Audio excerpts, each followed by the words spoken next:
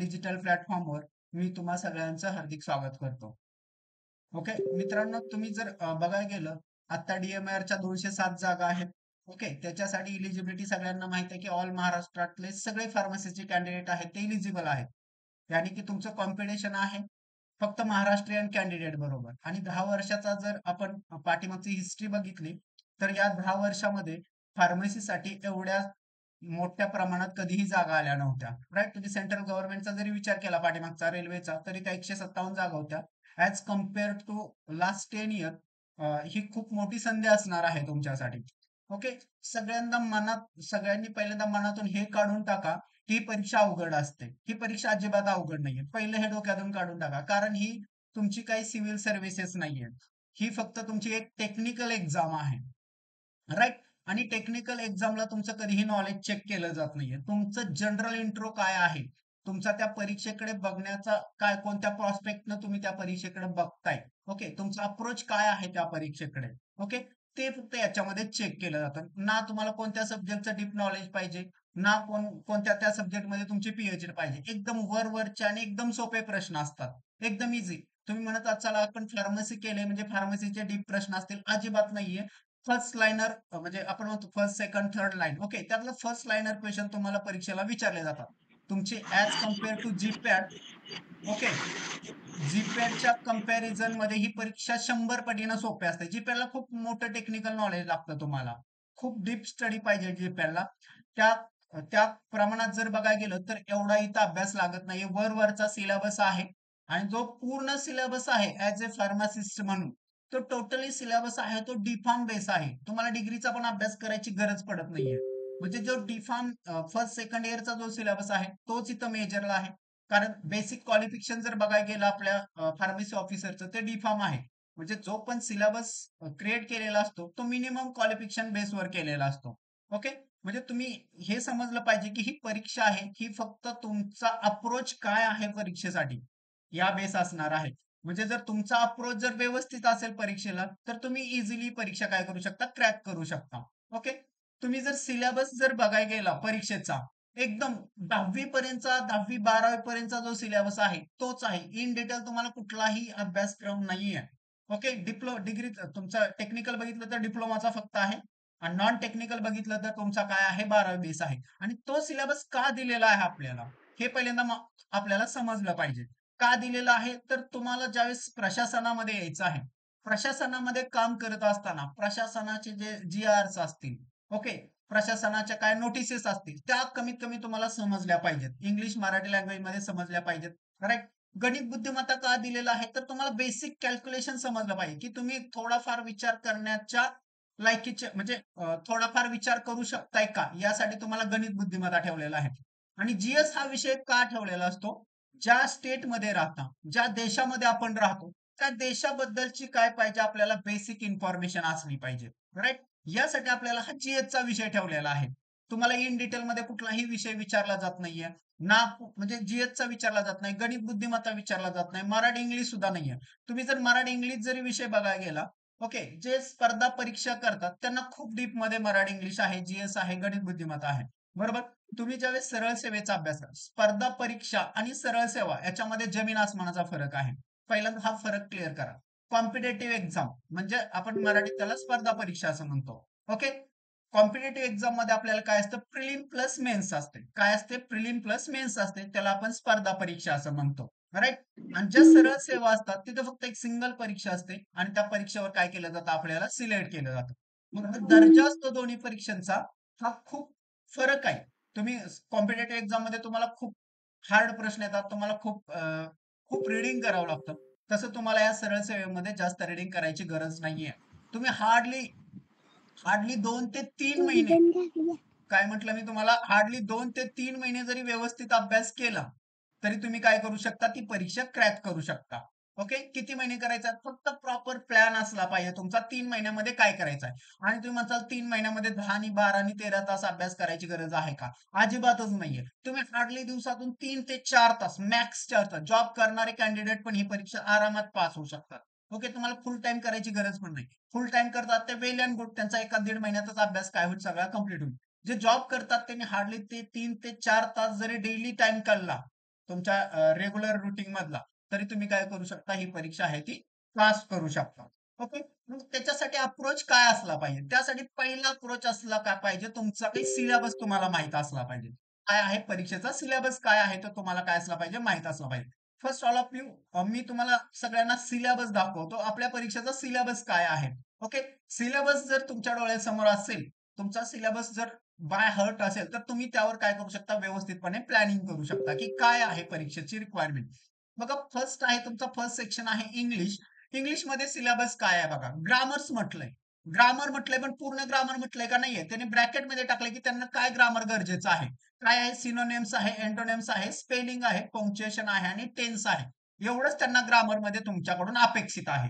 त्याच्यापेक्षा जास्त तुम्हाला ग्रामर करायची गरज नाहीये. ना तुम्हाला noun, pronoun, adjective, verb, adverb, preposition याच्यातला कुठलाही पार्ट करायची गरज नाही. एवढाच तुम्हाला पार्ट काय करायचा, इंग्लिश ग्रामरचा करायचा आहे. ओके. व्होकॅब्युलरी मध्ये काय म्हटलेलं आहे, तुम्हाला व्होकॅबचं ऍप्लिकेशन करता आलं पाहिजे. म्हणजे जे एडम्स अँड फ्रेजेस आहेत, ते तुम्हाला काय सेंटेन्स बेस विचारले जातील. म्हणजे इथं तुमचं ऍप्लिकेशन आहे, पुढे दिलेत त्यांनी their meaning and expressions. Okay.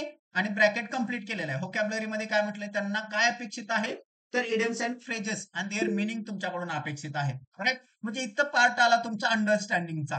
तुम्हाला इंग्लिश किती व्यवस्थितपणे वाचता येते, प्रश्न तिथंच असणार आहे, उत्तर पण तिथं असणार आहे. कॉन्टेक्स्ट समजला पाहिजे तुम्हाला इंग्लिश व्होकॅब्युलरीचा. राईट. थर्ड आहे fill in the blanks in the sentence. म्हणजे फिल इन द ब्लँक्स हे कुठे यूज केलं जाणार आहे, तुमच्या कुठे करणार आहे, तुम्हाला सिनोनिम्स मध्ये विचारतील, एंटोनिम्स मध्ये विचारतील. ओके. पंक्च्युएशन मध्ये विचारतील किंवा टेन्स मध्ये विचारतील, किंवा काय करतील, एखाद्या फ्रेज मध्ये तुम्हाला फिल इन द ब्लँक्स विचारतील. नेक्स्ट आहे तुमचं सिंपल सेंटेन्स स्ट्रक्चर. म्हणजे आपण त्याला म्हणतो सब्जेक्ट वर्ब अग्रीमेंट. काय म्हणतो, सब्जेक्ट वर्ब अग्रीमेंट. तो इथं पार्ट आहे. आणि हा कधी येतो तुम्हाला, ज्यावेळेस तुमची टेन्सवर कमांड असेल त्यावेळेस. ओके. मग सब्जेक्ट वर्ब अग्रीमेंट अजून एक चांगल्या पद्धतीने समजायचं असेल, तर तुम्हाला कोणता टॉपिक आला पाहिजे, तुम्हाला ऍक्टिव्ह व्हॉइस आणि पॅसिव्ह व्हॉइस टॉपिक आला पाहिजे. प्लस त्याचबरोबर कुठला टॉपिक आला पाहिजे तुम्हाला, डायरेक्ट आणि इनडायरेक्ट स्पीच. ओके. हे काय करतात, टेन्सच्या रिलेटेड टॉपिक आहेत. म्हणजे तुम्ही हे जर टेन्स व्यवस्थित शिकला, तर हे दोन टॉपिक तुम्हाला जमतात. आणि हे दोन जमलं की तुम्हाला काय होतं, सेंटेन्स स्ट्रक्चर आहे ते काय होतं, समजायला लागतं. म्हणजे बघायला गेलं तर इंग्लिश ग्रामरचा पार्ट काय आहे, काहीच नाहीये. काहीच नाहीये. तुम्हाला फक्त टेन्स करायचंय, बाकीचे 3 टॉपिक केले, विषय इंग्लिश ग्रामरचा क्लोज होतो. की उरतो तो पार्ट तुमच्या व्होकॅब्युलरीचा. व्होकॅब्युलरी मध्ये काय करायचं आहे तुम्हाला, व्होकॅब्युलरी मध्ये फ्रेजेस करायच्या. पहिल्यांदा स्टार्ट करायचं फ्रेजेस. सेकंड येईल तुमचं वन वर्ड सबस्टिट्यूशन. ओके. आणि थर्ड कशाकडे जायचं, तुम्ही वन वर्ड सबस्टिट्यूशन आणि फ्रेजेस जर समजल्या, मग तुम्ही काय करा, सिनोनिम्स आणि अँटोनिम्स बघा. ओके. त्यातले पण अँटोनिम्स कधी अभ्यास करायची गरज पडत नाहीये. तुम्हाला सिनोनिम्सचा अभ्यास केला, ऑटोमॅटिकली काय होतात, तुम्हाला अँटोनिम्स येतात. ओके. स्पेलिंग काय तुम्हाला समजून जातात, काय अवघड स्पेलिंग नसतात आहे. पंक्च्युएशन म्हणजे विरामचिन्ह, म्हणजे 7-8 विरामचिन्ह आहेत. ओके. त्याचा अभ्यास करायचा आहे तुम्हाला. ते इझिली समजतं. पूर्णविराम कुठे द्यायचा आहे, स्वल्पविराम कुठे द्यायचा आहे, सिंगल, डबल अवतरण चिन्ह. ओके. त्याच्यानंतर तुमचं आपण काय म्हणतो त्याला, उद्गारवाचक चिन्ह कुठे द्यायचं आहे. हे पंक्च्युएशन रिलेटेडचा पार्ट आहे. म्हणजे ग्रामर, इंग्लिश ग्रामरचा अभ्यासच करायचं म्हटलं, तर तुम्हाला 1 वीक मोर दॅन सफिशियंट आहे. किती आहे, 1 वीक म्हणजे तुमचा पूर्ण इंग्लिश ग्रामरचा अभ्यास होऊ शकतो. इंग्लिशचा ग्रामरचे तुम्हाला 3-4 लेक्चर्स करावं लागतात. आणि बाकीचा जो पार्ट आहे तो तुमचा काय आहे, तुमच्या व्होकॅब्युलरीचा आहे. ओके.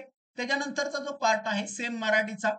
सेम मराठीला पण त्यांनी सेम कॉपी केलेलं आहे बघा. मराठी व्याकरण म्हटलंय, वाक्य रचना, शब्दार्थ, प्रयोग, समानार्थी, विरुद्धार्थी. तुमचं मराठी व्याकरण संपलं इथं. म्हणजे मराठी व्याकरण मध्ये काय करायचंय, तुम्हाला प्रयोग करायचा आहे. आणि प्रयोग टॉपिक येण्यासाठी तुम्हाला कोणता टॉपिक करावं लागेल, तुम्हाला कर्ता आणि कर्म कसं ओळखायचं आहे. बरोबर. कर्ता आणि कर्म ओळखणे म्हणजेच काय, तुम्हाला क्रियापद हा टॉपिक करावा लागेल. राईट. म्हणजे प्रयोगाबरोबर काय करावं लागेल, तुम्हाला क्रियापद टॉपिक हा करावा लागेल. म्हणजे ग्रामर मधले 2च पार्ट येतात आहे तुम्हाला. ओके. नेक्स्ट आहे तुमचा भाषा सौंदर्य. उपमा, अलंकार, म्हणी, वाक्यप्रचाराचा अर्थ व वाक्यात उपयोग. म्हणजे सेम हा इंग्लिश मधला पॉईंट कॉपी केलाय त्यांनी. आणि सर्वसामान्य शब्दसंग्रह. ओके. म्हणजे तुम्हाला बघायला गेलं, समानार्थी, विरोधार्थी, एका शब्दाबद्दल अनेक शब्द. ओके. अनेक शब्दाबद्दल एक शब्द. हा तुमचा मराठीचा व्होकॅब्युलरीचा पार्ट आहे. ओके. आणि सर्वसामान्य शब्दसंग्रह मध्ये तुम्हाला काय करायचं आहे, ओके, नामाचे लिंग आणि वचन करायचं आहे. ओके. काय करायचं आहे, नामाचं लिंग आणि वचन तुम्हाला मराठीमध्ये एक्स्ट्रा टॉपिक करायचे आहे. राईट. राहिले कोणता पॉइंट आहे, प्रसिद्ध पुस्तकं व लेखक. ओके. म्हणजे तुम्हाला लेखक वगैरे आहेत, त्याच्यावर तुम्ही जर बघायला गेलं, तर 3 ते 4 प्रश्न तुम्हाला टीसीएस कंपल्सरी विचारते. प्रत्येक एक्झाम मध्ये विचारते. फक्त फार्मसीच नाहीये, तुम्ही कोणती एक्झाम घेतली तरी त्यावर तुम्हाला काय होतात आहे, प्रश्न सुटतात आहे. मग तुम्ही करायचे, मग किती लेखकांचे करणार, खूप सारे लेखक आहेत. अजिबात एवढे करायची गरज नाहीये. तुम्ही सिलेक्टिव्ह करा. ओके, आणि त्याच्यानंतर तुम्ही इलिमिनेशन मेथड वापरा, की तुमच्याकडे जो डेटा आहे त्याचं ऍप्लिकेशन करा, की पर्यायामध्ये उत्तर शोधायला सुरुवात करा. प्रश्न नका बघू त्यामध्ये, पर्यायावरून उत्तर काढायची का, म्हणजे तुमचा काय अभ्यासाचं लिमिटेशन येऊन जाईल तिथं. नाहीतर तुम्ही किती जरी केलं तर तुमचा उपयोग होणार नाहीये. ओके, योग्य जोड्या लावा. तुम्हाला समानार्थी शब्दांच्या योग्य जोड्या लावा विचारतील, म्हणींच्या विचारतील, विरुद्धार्थी विचारतील. म्हणजे हे काय आहे, तुमच्या वरच्याच काय आहे इथं ऍप्लिकेशन आहे. म्हणजे मराठी आणि इंग्लिशचा जर सिलेबस बघायला गेला 100% सेम आहे, काय वेगळं नाही, फक्त इंग्लिश मराठीमध्ये ट्रान्सलेटेड आहे, वेगळं असं काही नाही. त्याच्यानंतरचा जो पार्ट आहे की तुमचा जनरल नॉलेज. ओके, जनरल नॉलेजला लिमिट नाहीये. बघा, जनरल नॉलेजला काही नाहीये, लिमिट नाहीये.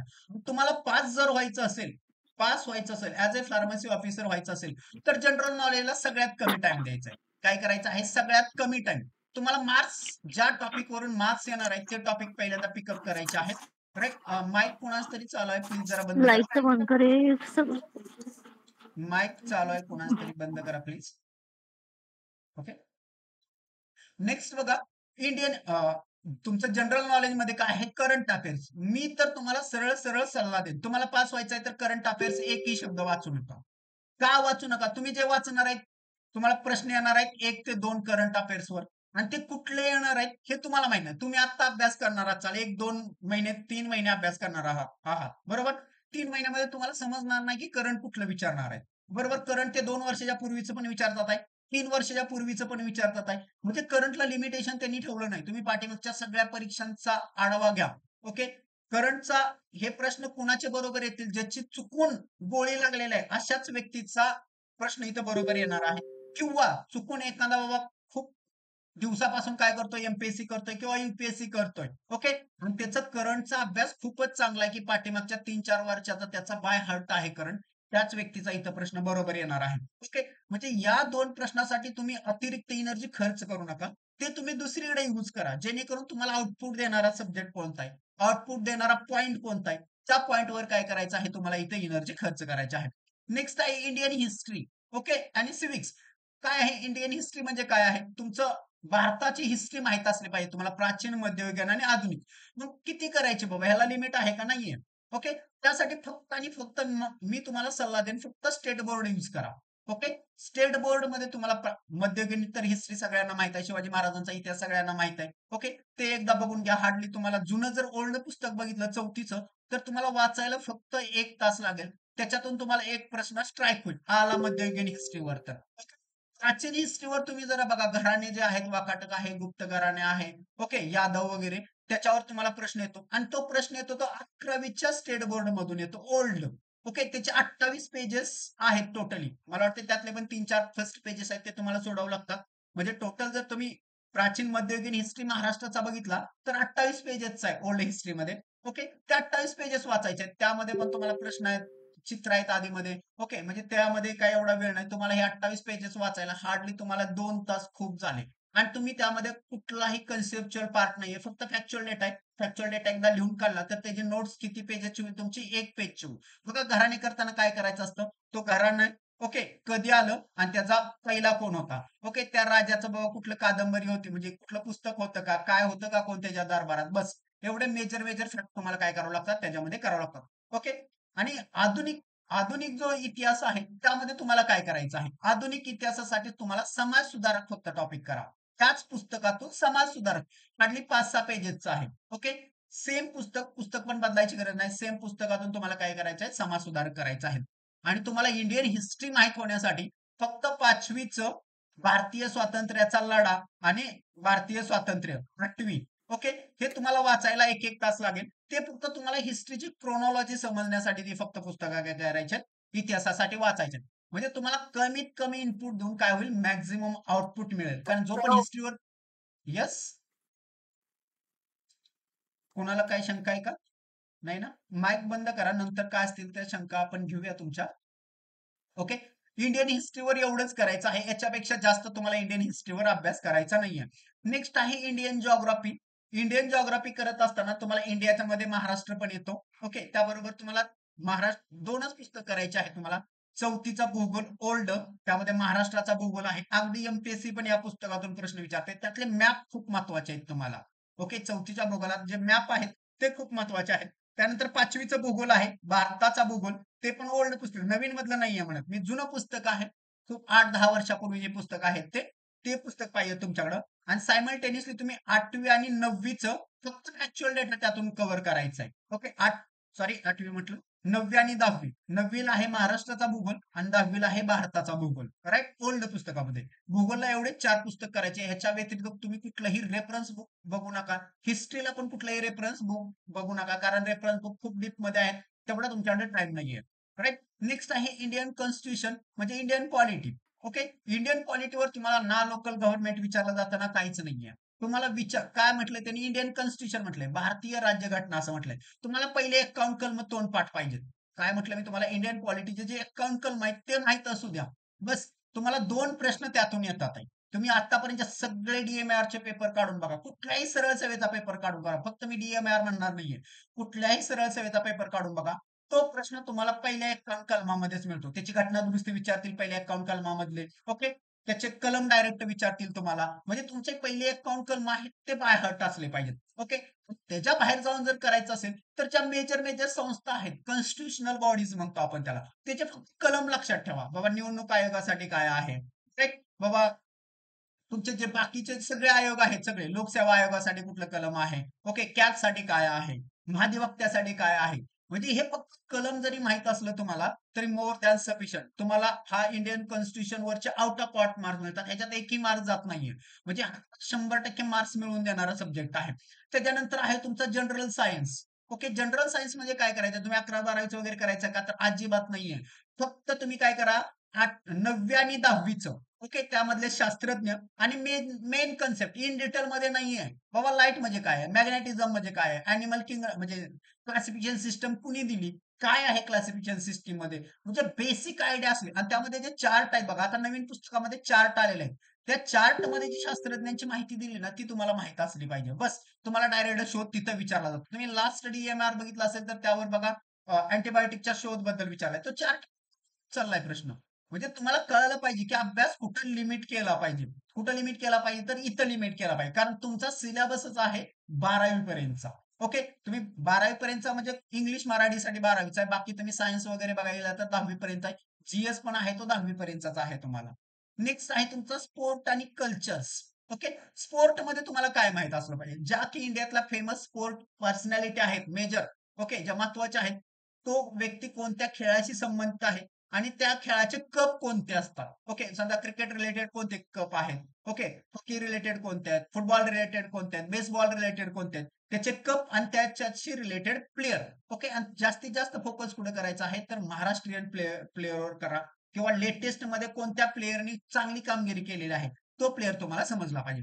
कल्चर म्हणजे काय, कल्चर म्हणजे आता भारताच्या वेगवेगळ्या राज्यात वेगवेगळे सण साजरे केले जातात.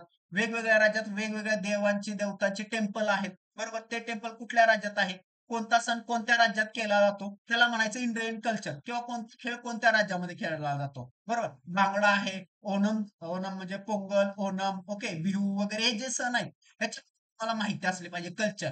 ते तुमच्या इंडियन कल्चरच्या अंडर येतं. नेक्स्ट आहे तुमचा राईट टू इन्फॉर्मेशन ऍक्ट 2005चा, आणि दुसरा आहे आरटीएस राईट टू सर्व्हिसेस 2015. त्याच्यावर तुम्हाला प्रश्न येतात आहे कंपल्सरी, कुठलीही परीक्षा घ्या त्याच्यावर तुम्हाला एक एक प्रश्न विचारला जातो. आणि त्यामध्ये तुम्हाला कलम वगैरे विचारलं जात नाहीये, अजिबातच नाही. तुम्हाला जे विचारलं जातं तो कन्सेप्च्युअल प्रश्न असतो आणि सोपा असतो. आजपर्यंत जो प्रश्न पडलेला आहे तुम्हाला तो त्याच्यात शिक्षेवर पडलेला आहे. ओके, शिक्षा काय आहे, कुठल्या कलमामध्ये दिलेला आहे, शिक्षा कोण देतं, बरोबर. म्हणजे तुम्ही बघायला गेला तर पहिले 1 ते 20च कलम गरजेचे आहेत. 21 ते 30 कलम तुम्हाला गरजेचेच नाहीत आहे. आरटीआयचे 31 ते 3 गरजच नाहीये तुम्हाला. राईट टू सर्व्हिस मध्ये पण सेमच आहे. तुम्ही जर हे ऍक्ट बघायला गेलं की ऍक्टचे पहिले 2 असतात, ते पहिल्याचं नाव असतं, दुसऱ्यामध्ये व्याख्या दिलेल्या असतात. कुठलाही ऍक्ट घ्या, ऍक्ट जर मोठा असेल तर त्याच्या सेक्शन 3 मध्ये काय असतात, व्याख्या असतात. अदरवाईज सेकंड मध्ये काय असतात, व्याख्या असतात. तुम्हाला मला वाटतं डीएनसी ऍक्ट मध्ये विचारलं होतं की व्याख्या कोणत्या सेक्शनच्या अंडर दिलेल्या आहे ड्रगची, राईट. मग तुम्हाला जर डीएनसी ऍक्ट जर इंट्रो जरी माहित असता, तो ऍक्ट खूप मोठा आहे, त्याचे रूल्स आहेत, तर तुम्ही लगेच सांगितलं असतं की 3 मध्ये त्याची व्याख्या आहे. तिथं 2 तर ऑप्शन नव्हताच, राईट. म्हणजे तुम्ही असं लॉजिकली पण काय करू शकता, हे प्रश्न आहेत ते सोडवू शकता. हे लॉजिक तुम्हाला कसं कळणार आहे, ज्यावेळेस तुमच्याकडे अनुभव असेल, ओके, त्यावेळेस तुम्ही काय करू शकता, हे प्रश्न आहेत ते ऑटोमॅटिकली काय करू शकता सोडवू शकता. नेक्स्ट आहे information and technology. Basic hardware तुम्हाला माहित असलं पाहिजे. Computer related basic hardware, input devices, output devices काय आहे, volatile memory, RAM, ROM, E ROM वगैरे काय आहेत, शॉर्टकट्स की काय आहेत. ओके, आणि तुम्हाला कमीत कमी वर्ड माहित असावं. मायक्रोसॉफ्ट वर्ड आहे, त्याचा जो टूल बार आहे, राईट, जो टूल बार आहे तो तुम्हाला थोडासा त्याबद्दल काय असलं पाहिजे, थोडस बेसिक आयडिया असली पाहिजे तुम्हाला त्याच्यामध्ये. करेक्ट. हा झाला तुमचा जीएसचा. मग जीएस मध्ये जर तुम्ही दोन दोन प्रश्न जर इथून उचलले, ओके, तरी तुमचे 10 मार्क्स इथे येतात. मी म्हणणार नाही की तुम्ही जीएस ला आउट ऑफ आउट घ्या. जीएस ला 15 पैकी 10 घ्या, म्हणजे 10 प्रश्न तुम्हाला डायरेक्ट सुटले पाहिजेत. वरचे उरतात 5 प्रश्न. 5 प्रश्नामध्ये तुमची प्रोबॅबिलिटी 20% किंवा 40% जरी असली, समजा 20% असली तर तुमचे 11 प्रश्न बरोबर येतील, 40% असले तर 12 येतील. 12 प्रश्न म्हणजे मोर दॅन सफिशियंट. तुम्हाला पास होण्यापासून कोण अडवणार नाहीये. आणि 12 मार्क्स काढायला काहीच अभ्यास काहीच लागत नाहीये मित्रांनो. तुम्हाला स्ट्रॅटर्जी माहिती असली पाहिजे की हा विषय किती टॅकल करायचा आणि कुठून टॅकल करायचं, त्यासाठी डेटा कुठला घेतला पाहिजे आणि कुठला डेटा सोडला पाहिजे. सगळ्यात महत्वाचं आहे की डेट घेण्यापेक्षा डेट काय सोडायचंय, आपल्याला काय करायचं नाहीये, हे पहिल्यांदा तुमच्या डोक्यात आलं पाहिजे. नाहीतर अभ्यास करायला खूप मोठं जग आहे. हे सगळं करायचंय का तुम्हाला? तुम्ही फक्त मराठी व्याकरणचा अभ्यास करायला लागला तर 2 वर्षात मराठी व्याकरणचा अभ्यास संपत नाहीये मित्रांनो. तुम्ही एमपीएससी करणाऱ्या कॅन्डिडेटला विचारा की 2 वर्ष अभ्यास, पण तुमच्या परीक्षेला ते गरजेचं आहे का? अजिबातच नाहीये. अजिबात म्हणजे अजिबात तुम्हाला ती गोष्ट काय नाहीये, गरजेची नाहीये. म्हणजे तुम्हाला कळालं पाहिजे की आपल्याला मराठी व्याकरण मधलं काय दिलं पाहिजे, ते घेतलं पाहिजे त्यातून आपण, राईट. नेक्स्ट आहे तुमचं गणित बुद्धिमत्ता. ओके, त्यातला फर्स्ट पॉइंट आहे ऍप्टिट्यूड टेस्ट. म्हणजे काय आहे तुमचं? रिझनिंग आहे, मेंटल ॲबिलिटी आहे. ओके, मेंटल ॲबिलिटीचे जरी प्रश्न बघितले तुम्ही, तुम्हाला एमपीएससी टाईप अजिबात विचारले जात नाही. तुम्ही साधं एकदम बेसिक सातवीला जे तुमचं स्कॉलरशिप असायचे, 9वीला जे एनटीएस असायचं, त्यावेळेस तुम्ही एक पुस्तक वापरलं होतं बघा, सगळ्यांनी वापरलं असेल, अनिल अंकलजीचं पुस्तक. मराठीत आहे, खूप सोप्या भाषेत आहे. ओके, त्याच्यापेक्षा अवघड प्रश्न विचारले. तुम्ही मेंटल ॲबिलिटीचे जर प्रश्न बघितलं ना, तर सगळे अनॉलॉजीवर प्रश्न आहेत. सगळे ए टू झेड अनॉलॉजीवर प्रश्न विचारले. आणि तुम्हाला काय विचारलंय? Coding, decoding. बस ह्याच्या पुढे ते गेलेच नाहीत. आणि नेक्स्ट आहे तुमचा म्हणजे ब्लड रिलेशन वगैरे त्यावर प्रश्न विचारले. म्हणजे जो बेसिक आयडिया आहे, ओके, तुम्हाला कुठली कॅल्क्युलस बुद्धी लागत नाही. फक्त विचार करायचा असतो, की त्यांनी काय सांगितलंय त्या पद्धत सगळ्यात बघा. गणित आणि बुद्धिमत्ताचे प्रश्न सोडवण्यासाठी एक टेक्निक असते. काय आहे? की तुम्हाला प्रश्न वाचता आला पाहिजे. बघा, आपण गणित आणि बुद्धिमत्ताचा प्रश्न कधीही नीट वाचत नाही, त्यामुळे आपल्याला सुटत नाही. ओके, म्हणून मी तर तुम्हाला सल्ला देईन गणित आणि बुद्धिमत्तेसाठी, की तुम्हाला जर प्रश्न जर सोडवायचा असेल प्रॉपर, तुम्हाला गणित बुद्धिमत्ता वाचता आलं पाहिजे. बाकी जण सगळे म्हणतात की तुम्हाला मराठी आलं वाचता आलं पाहिजे, इंग्लिश वाचता आलं पाहिजे, हिंदी वाचता आलं पाहिजे. पण मी म्हणेन तुम्हाला गणितात जर मास्टर व्हायचं असेल किंवा बुद्धिमत्तेमध्ये व्हायचं असेल, तुम्हाला ते वाचता आलं पाहिजे की त्यांनी काय सांगितलंय. कारण त्यांनी सांगितलेल्या मध्येच त्याचं काय असतं, उत्तर असतं.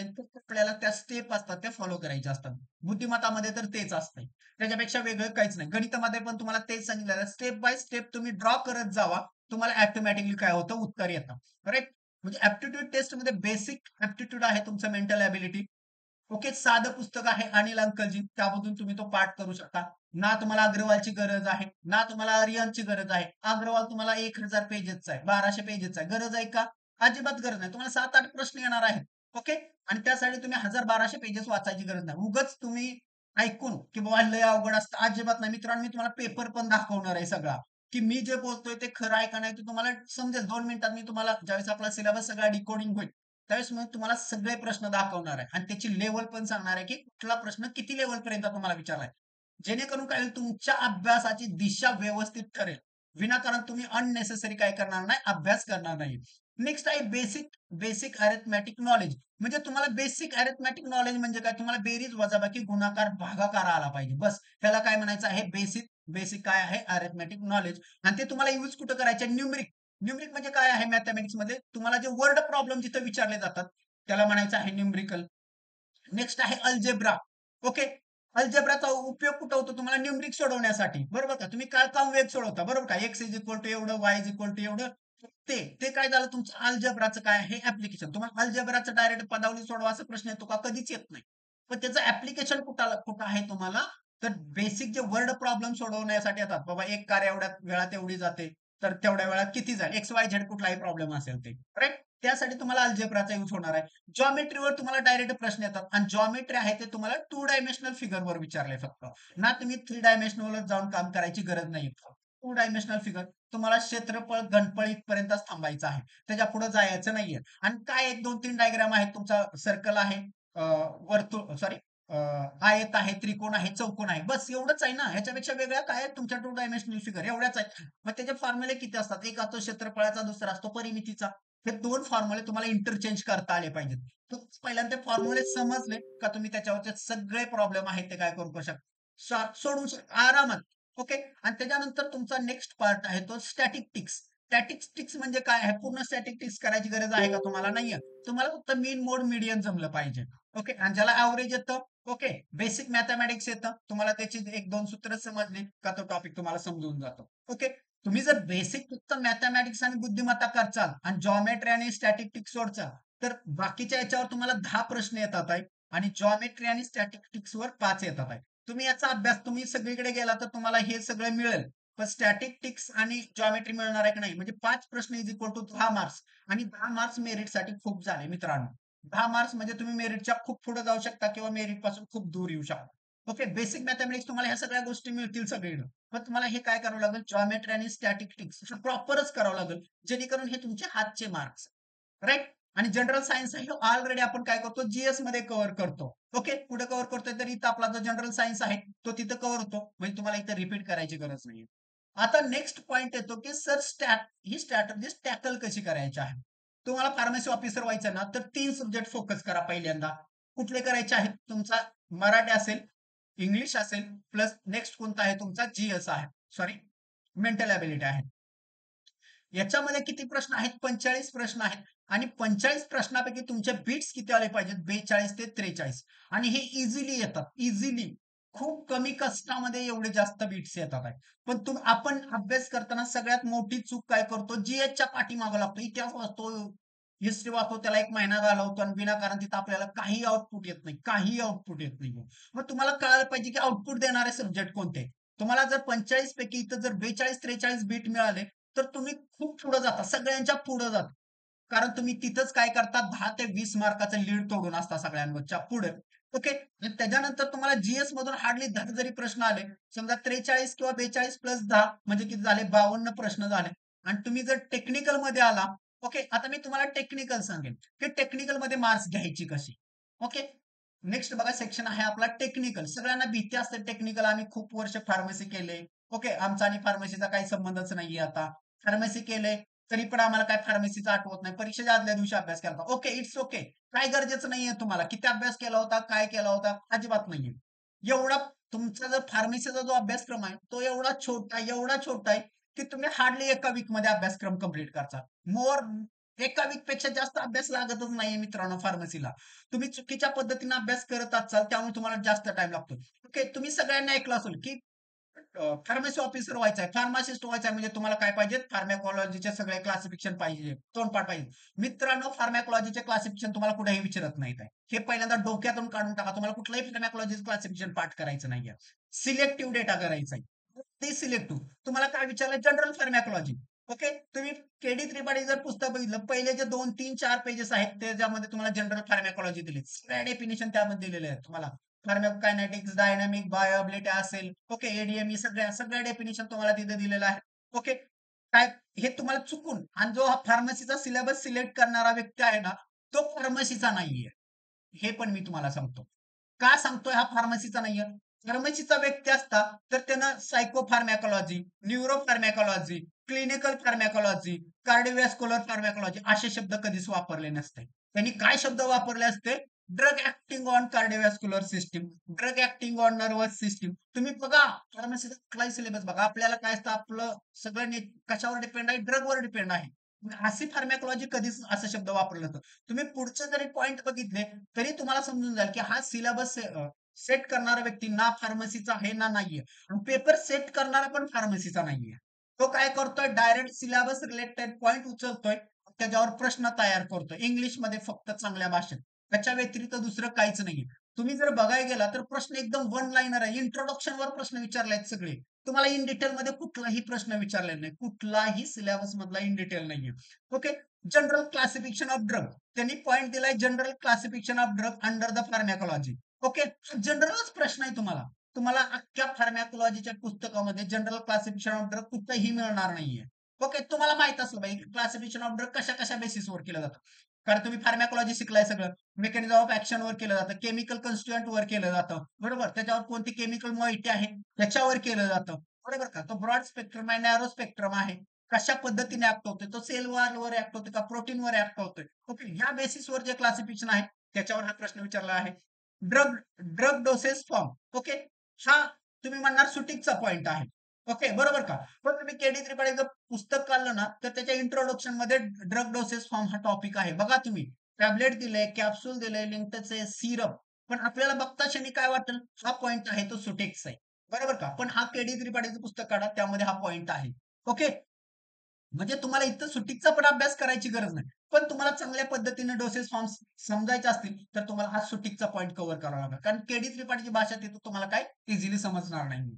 ओके, नेक्स्ट आहे बायोबिलिटी. हा साधा पॉईंट आहे आणि त्याचे फॅक्टर्स. बायोबिलिटी म्हणजे काय आहे की तुमचं ब्लड मध्ये किती कॉन्सन्ट्रेशन मध्ये ड्रग आलेला आहे त्याला म्हणायचं आहे बायोबिलिटी. त्याच्यापेक्षा वेगळं काहीच नाहीये. त्यानंतर इंडिकेशन आणि Contra indication. Okay, Contra indicate कोणत्या कंडिशन मध्ये कुठला ड्रग दिला जात नाही, म्हणजे जे कॉम्बिनेशन असतात ते कोणते कधी दिले जात नाहीत, प्रेग्नन्सीमध्ये कुठले दिले जात नाहीत आहे वगैरे वगैरे. जे कॉन्ट्राइंडिकेशन आहेत ते सगळे त्यामध्ये येतील. ऍडव्हर्स ड्रग रिएक्शन तुम्हाला सगळ्यांना माहित असेल, ज्या 12 ऍडव्हर्स ड्रग रिएक्शन आहेत. ओके, टॉलरन्स आहे, ऍडोसिंक्रेन्स आहे, बरोबर का. हे सगळे जे आहे, टॉक्सिक इफेक्ट आहे, सेकंडरी इफेक्ट आहे, प्रायमरी इफेक्ट आहे, हे सगळे काय येतील तुमच्या ऍडव्हर्स ड्रग रिएक्शनच्या अंडर येतील. म्हणजे मेन टाईप आहेत अग्युमेंटेड, म्हणजे आपण म्हणतो अग्युमेंटेड, आणि दुसरे टाईप बी वन. ओके, ह्या झाल्या तुमच्या ऍडव्हर्स ड्रग रिएक्शन. म्हणजे बघायला गेलं तर हे 2-3 पेजेसचा प्रश्न आहे, 2-3 पेजेसचा टॉपिक आहे, त्याच्यावर 2 ते 3 प्रश्न डायरेक्ट विचारलेले आहेत. Okay, role of antibiotic. Role of antibiotic काय आहे सांगा, माहिती आहे रोल ऑफ अँटीबायोटिक. अँटीबायोटिक हा मायक्रो ऑर्गॅनिझम किल करण्यासाठी युज केला जातो, मग कोणत्याही प्रकारचा असू द्या, बरोबर का. त्यासाठी काय केला जातो, अँटीबायोटिक आहे तो काय केला जातो, युज केला जातो. पण ते जर शिकायचं असेल तर तुम्हाला काय माहित असलं पाहिजे, अँटीबायोटिक कुठले आहेत आणि कोणत्या अँटीबायोटिकचं कोणतं केमिकल नेचर आहे. ओके, तो तुमच्या रोल ऑफ अँटीबायोटिक मध्ये येऊन जाईल. ओके, नेक्स्ट आहे तुमचा क्लिनिकल फार्मसी. क्लिनिकल फार्मसी म्हणजे काय आहे. ओके, तुमचं तिथे न्यू ड्रग डेव्हलपमेंट वगैरे नाहीये. ओके, त्या ड्रगचा इफेक्ट काय आहे. ओके, त्याचे जसे ऍडव्हर्स ड्रग रिएक्शन आहेत, जसे इंटरॅक्शन आहेत. ओके, त्याचं एडीएमई कसं होतंय त्याला काय म्हणायचं आहे, तुमचं क्लिनिकल फार्मॅकोलॉजी म्हणायचं आहे. तो पण तुमच्या केडी त्रिपाठीमध्ये पॉईंट आहे 3-4 पेजेसचा. किती पेजेसचा आहे, 3-4 पेजेसचा आहे. Neuro pharmacology. पहिल्यांदा न्यूरो फार्मॅकोलॉजी म्हणजे न्यूरो नर्वस सिस्टीम. ओके, सीएनएसच्या अंडर काय काय येतं, कुठले पार्ट आहेत. तुम्ही पाठीमागचा डीएमआरचा पेपर बघितला तर तुम्हाला प्रश्न या पॉईंटवर काय विचारला होता माहिती का, बॉडीतलं सगळ्यात कॉम्प्लेक्स स्ट्रक्चर कोणतं आहे. ओके, प्रश्न चुकलाय त्यांचा विचारताना. ओके, की ग्लोबली विचारलंय, ग्लोबली कुठलं कॉम्प्लेक्स स्ट्रक्चर आहे, आपण याचं उत्तर देऊ शकत नाही. तिथं काय शब्द पाहिजे होता की ह्युमन बॉडीमध्ये कोणतं स्ट्रक्चर आहे ते कॉम्प्लेक्स आहे, बरोबर का. मग त्याचं उत्तर होतं की ह्युमन ब्रेन आहे तो कसा आहे, टोटली कॉम्प्लेक्स स्ट्रक्चर आहे.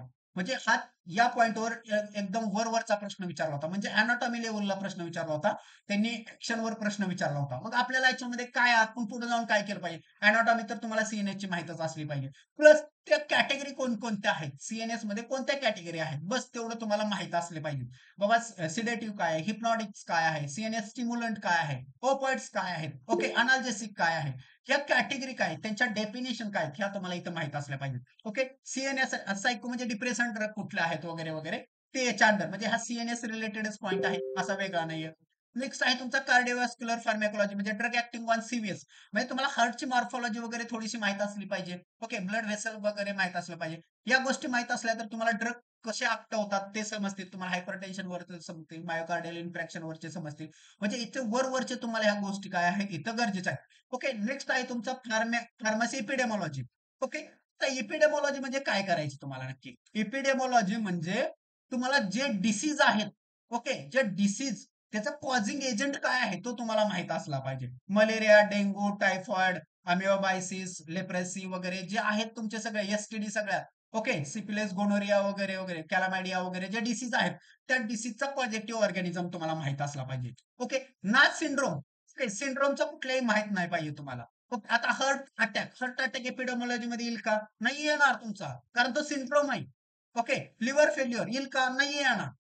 त्याची इपेडमॉलॉजी नाहीये, ती ऑर्गन म्हणजे ते ऑर्गन फेल्युअर आहे. इपेडमॉलॉजी म्हणजे जिथं पॉझिटिव्ह एजंट असतो त्या डिसीजचा काय करायचा असतो, आपल्याला स्टडी करायचा असतो, त्याला म्हणायचं आहे इपिडेमॉलॉजी.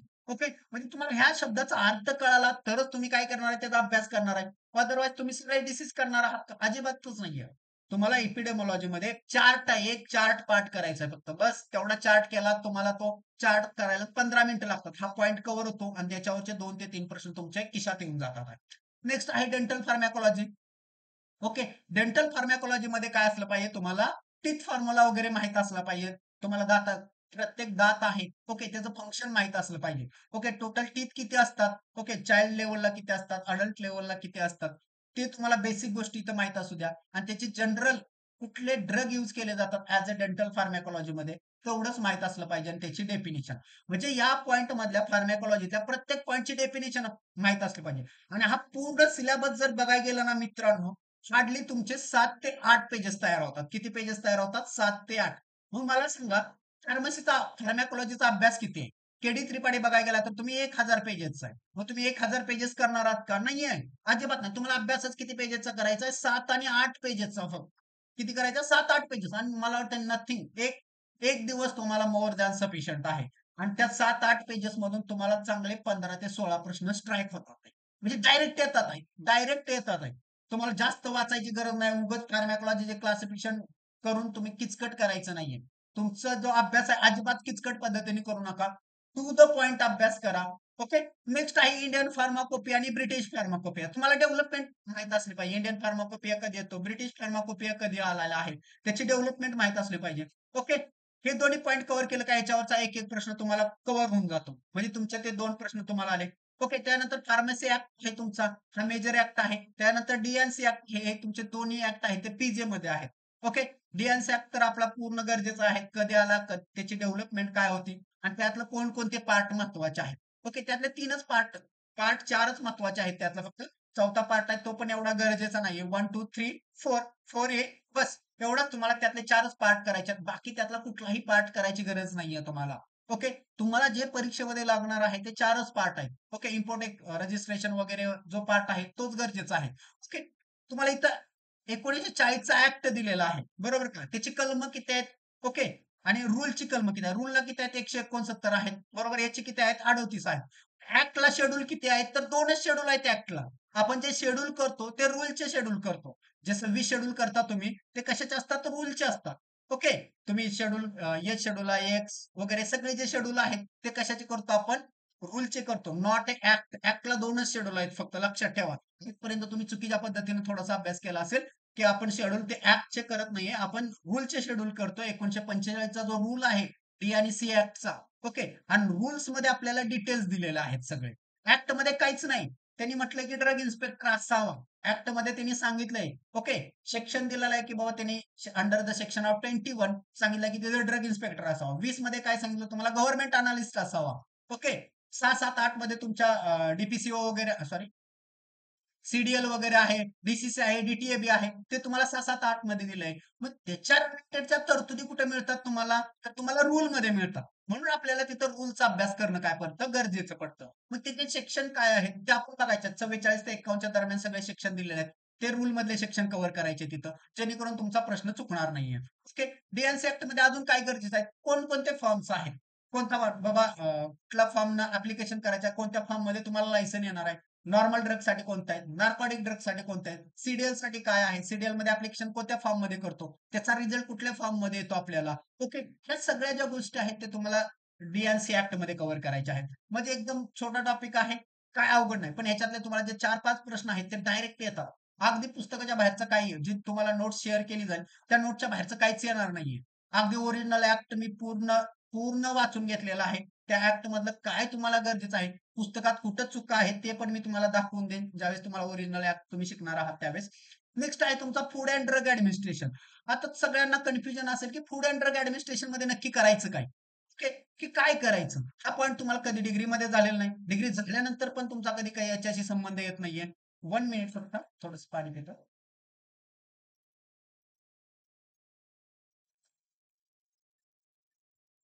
ओके, बघा, फूड अँड ड्रग ऍडमिनिस्ट्रेशन मध्ये तुम्हाला 4 ऍक्ट करायची गरज पडते. कोणता आहे? तुमचा डीएनसी ऍक्ट करायचा लागतो. त्याच्यानंतर तुमचा मॅजिक रेमेडीज करावा लागतो. फूड सेफ्टी ऍक्ट करावा लागतो. आणि त्याच्यानंतर तुमची प्राइसिंग पॉलिसी आहे, डीपीसीओ आहे. ओके, तो ऍक्ट तुम्हाला करावा लागतो. म्हणजे हे 4 ऍक्ट आहेत ना, ते फूड अँड ड्रग ऍडमिनिस्ट्रेशनच्या अंडर करावं लागतात. आणि ह्या 4 ऍक्टवर तुम्हाला काय येतात आहे? 6 प्रश्न येतात आहे. म्हणजे 6 ते 8 पर्यंत. म्हणजे तुम्ही हा पॉइंट काय करणार आहात? डायरेक्ट सोडून देणार आहे. कारण तुम्हाला ह्या पॉइंटवर आयडियाच नाहीये ना काय करायचंय ते. म्हणजे 6 क्वेश्चन तुमच्या इथं ऑलरेडी जाणार आहे.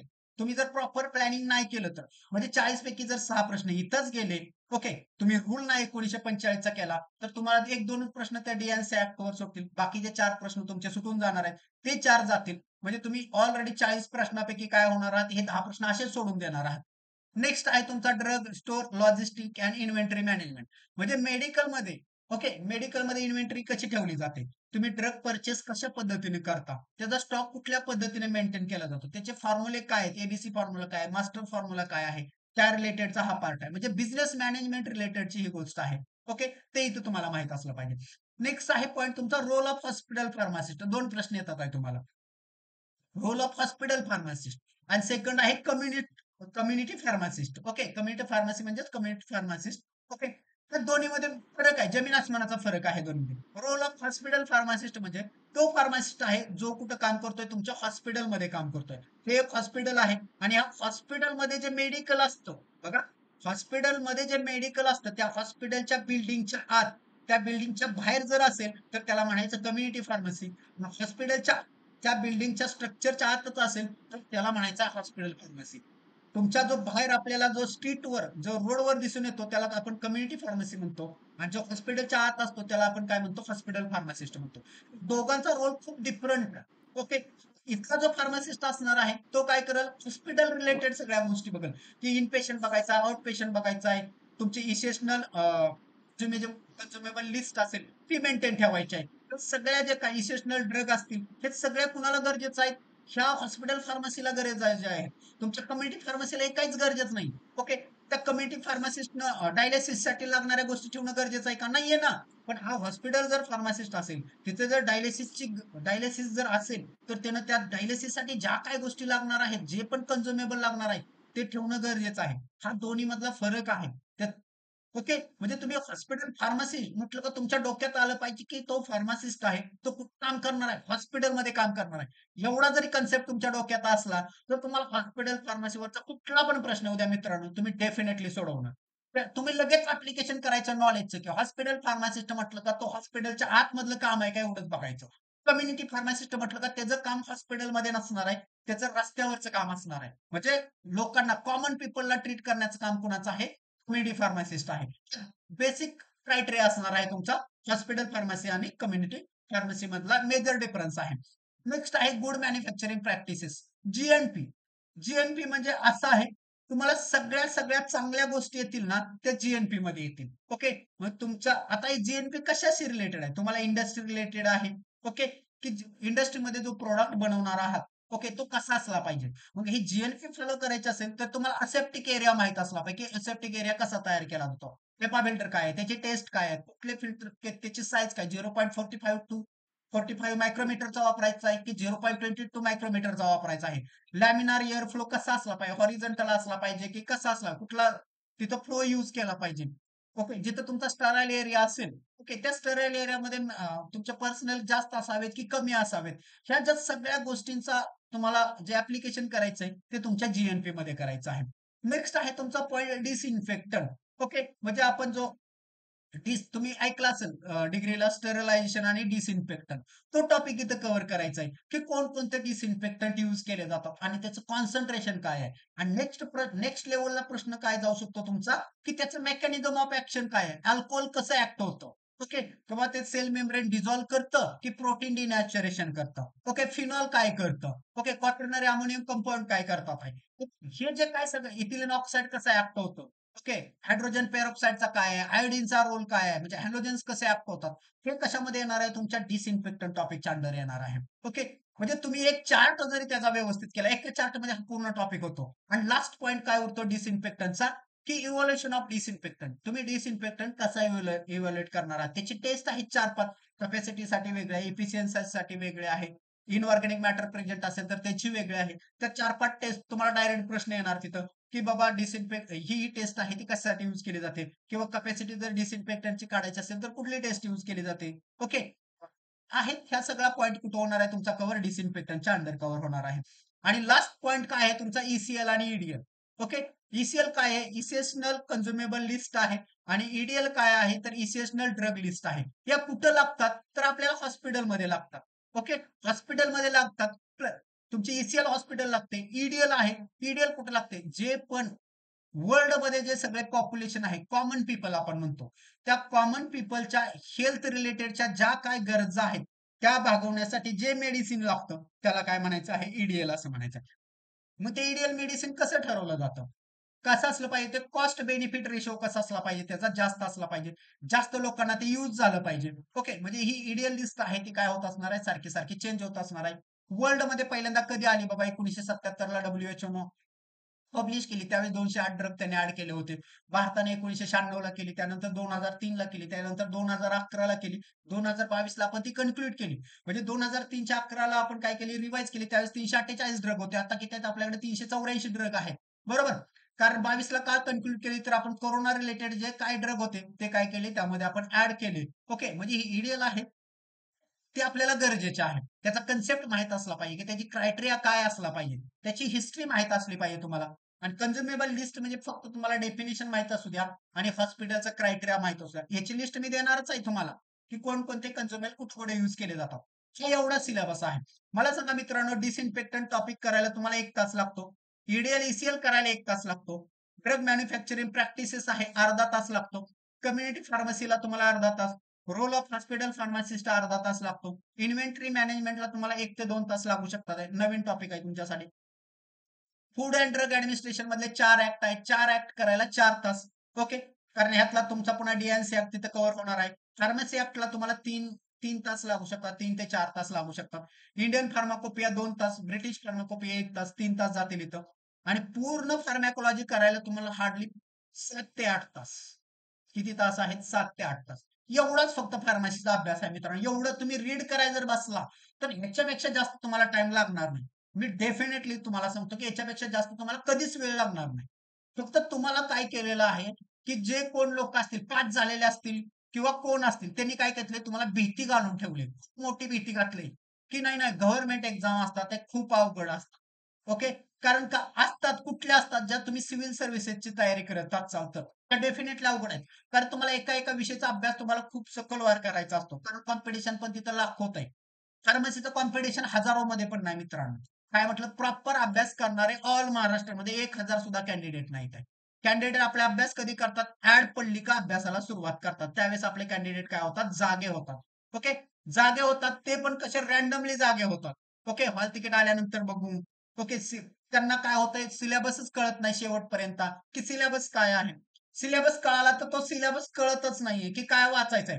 फक्त काय करतो फार्मसीचा कॅन्डिडेट? फार्मासिस्ट व्हायचंय. त्याच्या मित्रांना सांगितलेलं असतं, की फार्मासिस्ट व्हायचंय तर काय कर? फार्मॅकॉलॉजीचे क्लासिफिकेशन कर. आणि तो दिवस रात्र करतो आणि सगळे फार्मॅकॉलॉजीचे क्लासिफिकेशन पाठ करतो आणि परीक्षेत प्रश्नच येत नाही. येतो प्रश्न कधी 1 आणि 2 आणि तो काय होतो? फेल होतो. म्हणतो काय? अरे प्रश्न कुठून आला? कसा आला? काहीच कळत नाही. कारण का कळत नाही? त्याला माहीतच नसतं, की काय करायचं होतं आणि काय सोडायचं होतं नक्की. करेक्ट? ज्यांना हे प्रॉपर कळतं त्यांना लय वेळ लागत नाही. ओके, हार्डली 1.5 महिन्याचा अभ्यास प्रॉपर प्लॅनिंग, दिवसातून 4 तास द्या मित्रांनो, फक्त 4 तास. आणि मला वाटतं किती जरी तुम्ही जॉब करत असाल, ओके, तुम्ही कसलीही कामं करत असाल, तर मला वाटतं सगळ्यांकडे लाईफ तुमच्या 24 तासापैकी 4 तास सगळ्यांकडे शिल्लक आहेत. सगळ्यांकडे शिल्लक आहेत. तुम्ही डेफिनेटली 8 तासाची जरी झोप घेतली, तरी तुमच्याकडे 4 तास शिल्लक आहेत, असं मला वाटतं. आणि प्रॉपरली 4 तास जर अभ्यास केला, तर मला वाटतंय की तुम्हाला त्याच्यापेक्षा जास्त करायची गरज नाही. ओके, तुम्ही आपल्या बॅचमध्ये डेली 3 तास लेक्चर बघितले आणि 1 तास त्या लेक्चरला रिवाइज केलं, जे 3 तासामध्ये शिकलाय, बस. त्याच्या व्यतिरिक्त तुम्हाला काहीही करायची गरज नाही. एकही शब्द एक्स्ट्रा वाचायची गरज नाही. जेवढं सांगतोय तेवढंच करायचं आहे. आणि मी तुम्हाला सगळं सांगितलंय. तुम्ही बॅच लावावी असं पण काही नाही.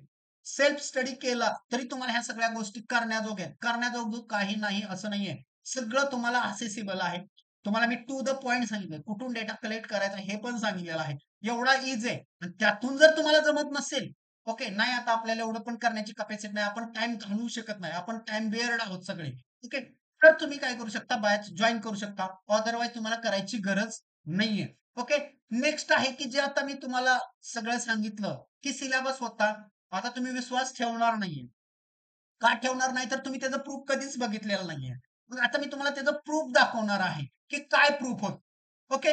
बघा मराठीचं प्रूफ पहिल्यांदा बघूया आपण. मराठीचा सिलेबस पुन्हा एकदा नजरेखालून घालवा तुम्ही. मराठीला सिलेबस काय होता तुमचा. ओके. वाचा मराठीचं व्याकरण, वाक्यरचना, शब्दार्थ, प्रयोग, समानार्थी, विरुद्धार्थी, अलंकार, म्हणी, वाक्यप्रचार आणि सर्वसामान्य शब्दसंग्रह, प्रसिद्ध पुस्तके व लेखक. पहिलाच प्रश्न आहे तुम्हाला एक वचन अनेक वचन सांगितलं होतं का तुम्हाला सामान्य शब्दसंग्रहाच्या अंडर तुम्हाला एक वचन अनेक वचनच करायचं आहे आणि हा व्होकॅब्युलरीच्या अंडर पार्ट येतो. ओके.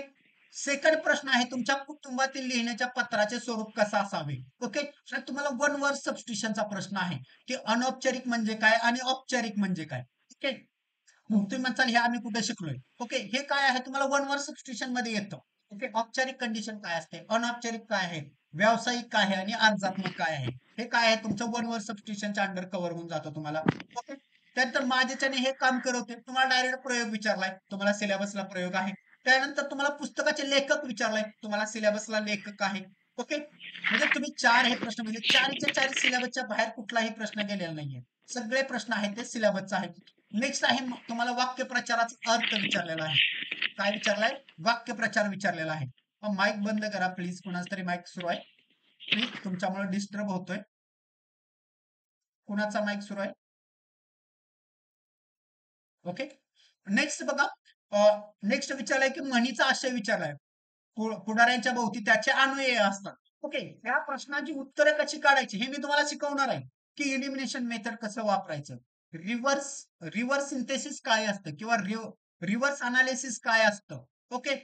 कॉन्ट्रास्ट कॉन्ट्रास्ट आणि सिमिलर मेथड काय आहे, ह्या सगळ्या गोष्टी मी तुम्हाला बॅच मध्ये सांगणार आहे की कसं उत्तरापर्यंत पोहोचायचं. उत्तर माहित नसताना सुद्धा जो डेटा तुमच्याकडे आहे, जे नॉलेज तुमच्याकडे आहे, ओके, ते नॉलेजचा यूज करून उत्तरापर्यंत कसं पोहोचायचं ते मी तुम्हाला सांगणार आहे. ओके. सगळ्याचा अभ्यास तुम्हाला 100% करायची गरज नसतं. 50% अभ्यासावर तुम्ही पास होऊ शकता. 50% तुम्हाला ऍप्लिकेशन करायचं असतं. ओके. स्पर्धा परीक्षा ह्या फक्त ऍप्लिकेशन बेस आहे. तुमच्याकडे 50% नॉलेज असलं पाहिजे आणि 50% तुमचं ऍप्लिकेशन असलं पाहिजे त्या नॉलेजचं. म्हणजे माझं तर तुम्हाला व्यवस्थित सल्ला राहील. तुम्ही जे पण करणार आहात, जी पण गोष्ट करणार आहात ती 100% करा आणि त्या गोष्टीचं 100% परीक्षेमध्ये ऍप्लिकेशन करा. ज्या दिवशी तुम्ही त्या गोष्टीचं परीक्षेमध्ये 100% ऍप्लिकेशन करता त्यावेळेस तुम्ही पास होता.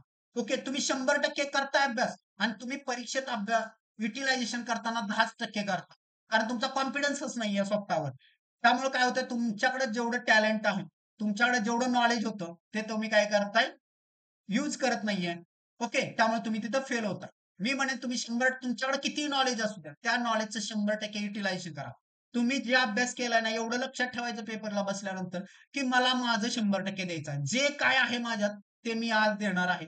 असं जर तुम्ही तुमचं ध्येय ठेवून परीक्षेला बसला, तर तुम्ही त्या दिवशी 100% परीक्षा पास होणार आहे. ओके. ज्यावेळेस मी महाराष्ट्रात पहिला आलो होतो, त्यावेळेस मला परीक्षेतले पहिले 15 प्रश्नामध्ये एकही प्रश्न येत नव्हता मित्रांनो. आणि शेवटून पुन्हा मी सोडवायला गेलो होतो. शेवटून पण मला काय येत नव्हतं. म्हणून मी म्हटलं चला आता पहिल्यापासून सुरुवात करूया. जे अभ्यास केलेला आहे, ओके, जो अभ्यास आहे माझ्याकडं, ते काय करायचं 100% युटिलाइज करायचा. म्हणून मी फक्त युटिलायझेशन केलं माझ्या 100% आणि ते जो काही टाइम कालावधी होता, फक्त मी टेम्परामेंट मेंटेन ठेवलं शेवटपर्यंत, की मला माझा कॉन्फिडन्स हलू द्यायचा नाहीये. पेपर झाल्यानंतरच मी माझ्या मित्राला सांगितलं होतं, की या परीक्षेत मी महाराष्ट्रात पहिला आहे. कारण पेपर झाल्यानंतर मी माझ्या मित्राशी डिस्कस केलं होतं, की क्वेश्चनचा अटेम्प्ट किती झाला. त्यावेळेस माझ्या मित्राचा अटेम्प्ट होता फक्त 45 आणि 46. ओके. आणि त्यावेळेस माझा अटेम्प्ट होता आउट ऑफ आउट. म्हणजे मी 100च्या 100 प्रश्न सोडवले होते त्यावेळेस. ओके. त्यामुळे मला एवढा कॉन्फिडन्स होता, की मी 100च्या 100 प्रश्न सोडवलेत. म्हणजे मी टेक्निकली त्याच्यापेक्षा पुढे होतो. कारण का टेक्निकली पुढे होतो? कारण मला माहित आहे, जी प्रोबॅबिलिटी आहे, कसं असतं, ज्यावेळेस तुम्ही 100 प्रश्न सोडवता, त्यावेळेस तुम्ही काय जरी झालं, तर तुमचे 60 प्रश्न आहेत ते असेच बरोबर येतात. चुकतात किती तुमचे 40 प्रश्न. किती चुकतात? 40 प्रश्न. ओके. त्या परीक्षेला निगेटिव्ह मार्किंग होती. बघा निगेटिव्ह मार्किंग होती. मी रिव्हर्स आलो तर मला किती मार्क्स येणार होते? म्हणजे 50 क्वेश्चन होते, 100 मार्क्स येणार होते. म्हणजे ऑलरेडी त्याचा अटेम्प्टच 45-46 पेक्षा होता. मी माझ्या आजूबाजूच्या कॅन्डिडेटला पण विचारलं होतं, की तुमचा अटेम्प्ट काय आहे? तर त्यांनी मला ऑलरेडी अटेम्प्ट सांगितलं, की आमचा 40, 45, 30, 32. ओके. ऑलरेडी मी टेक्निकली ओके मी त्यांच्या पुढे होतो. त्यामुळे मला माहित होतं, की मी त्याच वेळेस माझ्या मित्राला सांगितलं, की या परीक्षेमध्ये मी महाराष्ट्रात पहिला आहे. दुसरा कोण आहे मला माहित नाही. ओके. हा कॉन्फिडन्स का होता? कारण का मी परीक्षेमध्ये ज्यावेळेस बसलो होतो, ओके, आणि जे मी टेम्परामेंट ठेवलं होतं शेवटपर्यंत आणि जो माझ्याकडे नॉलेज होतं, नॉलेज नाहीये, जो पण मी काय अभ्यास केला होता तो मी 100% दिला होता. मला उत्तर येत होते असं गोष्ट नाहीये. अजिबात उत्तर येत नव्हते. फक्त मी इलिमिनेशन मेथडचा स्ट्रॉंग यूज केला आणि मी त्या परीक्षेमध्ये टॉप मारलो. त्याच्यानंतर सगळ्या परीक्षा मी पास झालो. ओके. आत्ताचे राज्यकर निरीक्षक पद आहे हे माझं 24वा पद आहे. ओके. फार्मासिस्ट 7 वेळा क्वालिफाय आहे मी. स्टेट आणि सेंट्रलचा असा कुठलीच फार्मसीची परीक्षा ठेवली नाही की ती मी क्रॅक केली नाहीये. ओके. नेक्स्ट बघा. नेक्स्ट प्रश्न बघा, रिकाम्या जागी. ओके. तुम्हाला मी म्हटलं होतं की रिकाम्या जागेत कसा प्रश्न विचारलेला आहे की तुम्हाला काय विचारलं, या वाक्यप्रचाराचा अर्थ विचारलाय. तुम्हाला सिलेबस मध्ये कुठं पॉईंट आहे का नाही इथं तुम्हाला रिकाम्या जागी भरा वगैरे. ओके. इंग्लिश मध्ये आहे, मराठीमध्ये नाहीये. मग त्यांनी त्याचं काय केलेलं आहे, युटिलायझेशन केलेलं आहे. बरोबर. तुम्हाला इथं वाक्यप्रचार विचारलेला आहे. ओके. नेक्स्ट प्रश्न आहे तुमचा, काय विचारलेला आहे तुम्हाला, एकवचने आणि क्वचने हा पण टॉपिक तुम्हाला सांगितलेला आहे. ग्रामगीता लेखक वर प्रश्न विचारलेला आहे तुम्हाला. त्यानंतर वाडाची रेबंदी. ओके. तुम्हाला हा लेखकांवरच प्रश्न विचारलेला आहे. त्यानंतर पुल्लिंगी स्त्रीलिंगी विचारलाय तुम्हाला. ओके. लिंगाबद्दल मी तुम्हाला टॉपिक सांगितलेला आहे. देवनागरी तुमचं कशाबद्दल आहे, पुस्तकाबद्दल आहे. विरोधार्थ आहे, अयोग्य जोडीवर काय सांगितले तुम्हाला. नेक्स्ट आहे तुमचा लेखकावर प्रश्न विचारलेला आहे आणि नेक्स्ट आहे तुमचा शब्दसमूहाबद्दल प्रश्न विचारलेला आहे. म्हणजे तुम्ही 15च्या 15 जरी प्रश्न बघितले, मला सांगा ग्रामरवर प्रश्न किती विचारलाय. एकच विचारलाय प्रयोगावर. मित्रांनो, एकच विचारलाय का प्रयोगावर. म्हणजे तुम्ही जर विचार केला, तुम्ही सगळं ग्रामर करून काय उपयोग आहे तुम्हाला. सगळेजण पुस्तक काढून ग्रामरचे बसले असेल, हा ग्रामर आहे ग्रामर आहे, अजिबात नाहीये मित्रांनो. सिलेक्टिव्ह करा. परीक्षा काय मागते, परीक्षेची रिक्वायरमेंट बघा आणि त्यापासून त्या पद्धतीने ऍक्ट व्हायला सुरुवात करा. जर तुम्ही त्या पद्धतीने जर त्या परीक्षेला ऍक्ट नाही झाला तर मग तुम्ही कितीही नॉलेजेबल असला, किती जरी अभ्यास असला तरी तुमचा उपयोग नाही. तुमचं ग्रामर खूप चांगलं आहे पण ग्रामरवर एकच प्रश्न विचारलाय ना तुम्हाला, काय उपयोग आहे तुमच्या ग्रामरचा. तुम्हाला कळायला पाहिजे की फोकस आणि लोकस कुठे ठेवायचा आहे. तुम्हाला व्होकॅब्युलरी करा. तुम्हाला जे तुमचे लेखक आहेत त्यावर 4-5 प्रश्न आहेत. तुम्ही लेखक काय करताय, एकदाच वाचताय सोडून देताय. का? अरे तुम्हाला 4 प्रश्न आहेत. रोज वाचा ना लेखका. उठल्या-उठल्या पहिल्यांदा लेखक वाचून घ्या. कारण तुम्हाला 4 प्रश्न म्हणजे 8 मार्क्स आहेत आणि 8 पैकी एखाद्याचाच एक सगळे बरोबर येतात. सगळ्यांचे बरोबर येत नाही. मग तुम्हाला कळेल की फोकस आपल्याला इथं ठेवायचा आहे, जिथं सगळ्यांचे मार्क जातात. आणि किती असणार आहेत लेखक? 2-3 पेजेस लेखक आहे. मला सांगा 2-3 पेजेसवर तुम्हाला 4 प्रश्न येत असतील, तर तुम्ही दिवस-रात्र केलं पाहिजे या पॉइंटसाठी. ना तुम्ही हिस्ट्रीचे 1000 पेजेस वाचून तुम्हाला 2-3 प्रश्न येणार नाहीत तिथं. ना तुम्हाला जिओग्राफीचे 1000 पेजेस वाचून येणार नाहीत. ना करंट अफेअरचे 10 पुस्तक वाचून तुम्हाला 4 प्रश्न येणार आहेत. म्हणजे तुम्हाला लोकस कळायला पाहिजे, फोकस कळायला पाहिजे की आपल्याला कमीत कमी वेळात जास्तीत जास्त आउटपुट कुठून घ्यायचं आहे. बरोबर. व्होकॅब्युलरी करा मराठीची, की तिथे तुम्हाला आउटपुट जास्त आहे. इंग्लिशची व्होकॅब्युलरी करा, तिथं तुम्हाला आउटपुट जास्त आहे. म्हणजे तुम्हाला आउटपुट देणारे सब्जेक्ट बघा, की कुठं फोकस करायचा, कुठल्या सब्जेक्टवर आपल्याला किती वर्कआउट करायचं आहे. म्हणजे तुम्ही या सब्जेक्टवर जास्तीत जास्त वेळ जर खर्च केला, तर तुम्हाला त्याचे रिटर्न्स काय असणार आहेत, त्याच्या 5 पट असणार आहेत. ओके. तुम्ही जीएसला अननेसेसरी वेळ खर्च करत बसला, तुम्हाला आउटपुट येणार नाहीये. ओके. नेक्स्ट बघा, इंग्लिश रिलेटेड बघा. इंग्लिशला काय विचारलंय, पंक्च्युएशन. ओके. विरामचिन्ह विचारलेत का इंग्लिशला, सरळ आहे. पंक्च्युएशन बेसवर प्रश्न विचारलेला आहे. जनरल प्रश्न, कुठेही तुम्हाला ग्रामरची गरज नाहीये. ओके. तुम्हाला एनाटॉम्स विचारलाय, विरोधार्थी शब्द विचारलेला आहे. साधा आहे. तुम्हाला समानार्थी शब्द आले का, एनाटॉम्स डायरेक्टली येतात आहे. नेक्स्ट आहे अप्रोप्रिएट एनाटॉम्स, तुम्हाला विरोधार्थी शब्द विचारलेला आहे. इथं सिनोनिम्स वर विचारलेला आहे. बघा, फक्त प्रश्न विचारण्याचा pattern fill in the blanks आहे. ओके. इंग्लिशमध्ये फिल इन द ब्लँक्स होता म्हणून त्यांनी या पद्धतीने प्रश्न विचारलाय तुम्हाला कन्फ्युज करण्यासाठी. ओके. नेक्स्ट आहे तुम्हाला करेक्ट स्पेल, म्हणजे तुम्हाला स्पेलिंग वर प्रश्न विचारलाय. हा पण तुमच्या सिलेबसचा पॉइंट आहे. एनोटेम्स हा पण सिलेबसचा पॉइंट आहे. सिनोनिम्स तुम्हाला fill in the blanks type विचारलेला आहे. तुम्ही सगळे प्रश्न बघितले ना तर तुमचा सिलेबसच्या बाहेरचा प्रश्न आहे. तुम्हाला ग्रामर करायची काय गरज आहे. तुम्ही सगळेजण ग्रामर ग्रामर हे बॅच करा ते बॅच करा, कशाला करताय विनाकारण टाइम. तुम्हाला एक इंग्लिश मराठी बॅच करायचं म्हणलं तर 2-3 महिने जातात आणि ते 2-3 महिन्यातून पण काय समजत नाहीये. सगळं ग्रामर करून कुठल्याचं काय होतं, कर्ता कसा काढायचा आणि कर्म कसं काढायचं हे पण कळत नाही तुम्हाला. नॉन प्रोनाउन हे पण कळायला लागत नाही. ओके.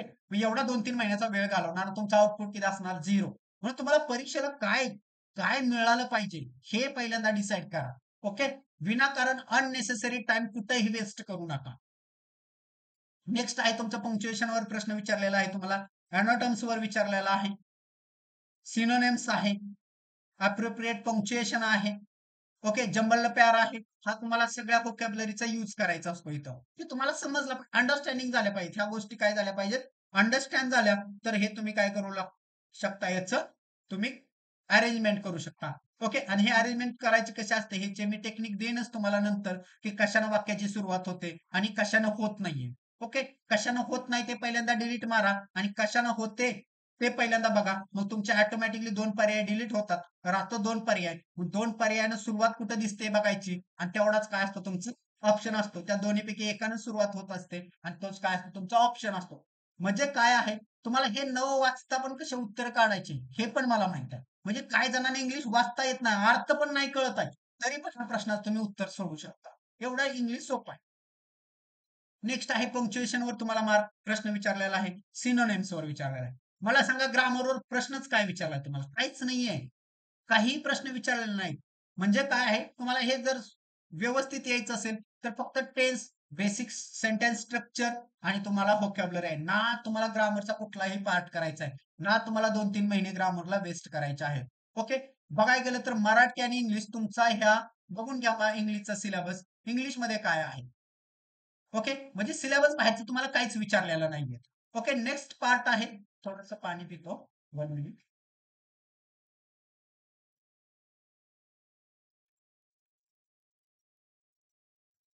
नेक्स्ट जो पार्ट आहे तुमचा मेंटल ॲबिलिटी आणि जीएस रिलेटेडचा आहे. जीएस आणि मेंटल ॲबिलिटीचे प्रश्न आहेत. हा प्रश्न आहे तुमच्या मेंटल ॲबिलिटीचा. त्याला एनॉलॉजी म्हणतो आपण. काय म्हणतो एनॉलॉजी. पहिल्याचा दुसऱ्याशी जो संबंध असतो, तोच तिसऱ्याचा चौथ्याशी संबंध असतो. याला काय म्हणतो एनॉलॉजी. ओके. आणि तुम्ही अनिल अंकलजीचं जर पुस्तक काढलं तर पहिलाच टॉपिक आहे तो तुम्हाला पहिला दुसरा टॉपिक आहे तो एनॉलॉजीवर बेस आहे आणि तिथलेच प्रश्न आहेत हे. ना तुम्हाला अग्रवाल बघायची गरज आहे, ना आर्यंत बघायची गरज आहे. कुठलंही तुम्हाला हार्ड हार्ड पुस्तक वापरायची गरज नाही. हा बेसिक प्रश्न आहे तुम्हाला. ओके.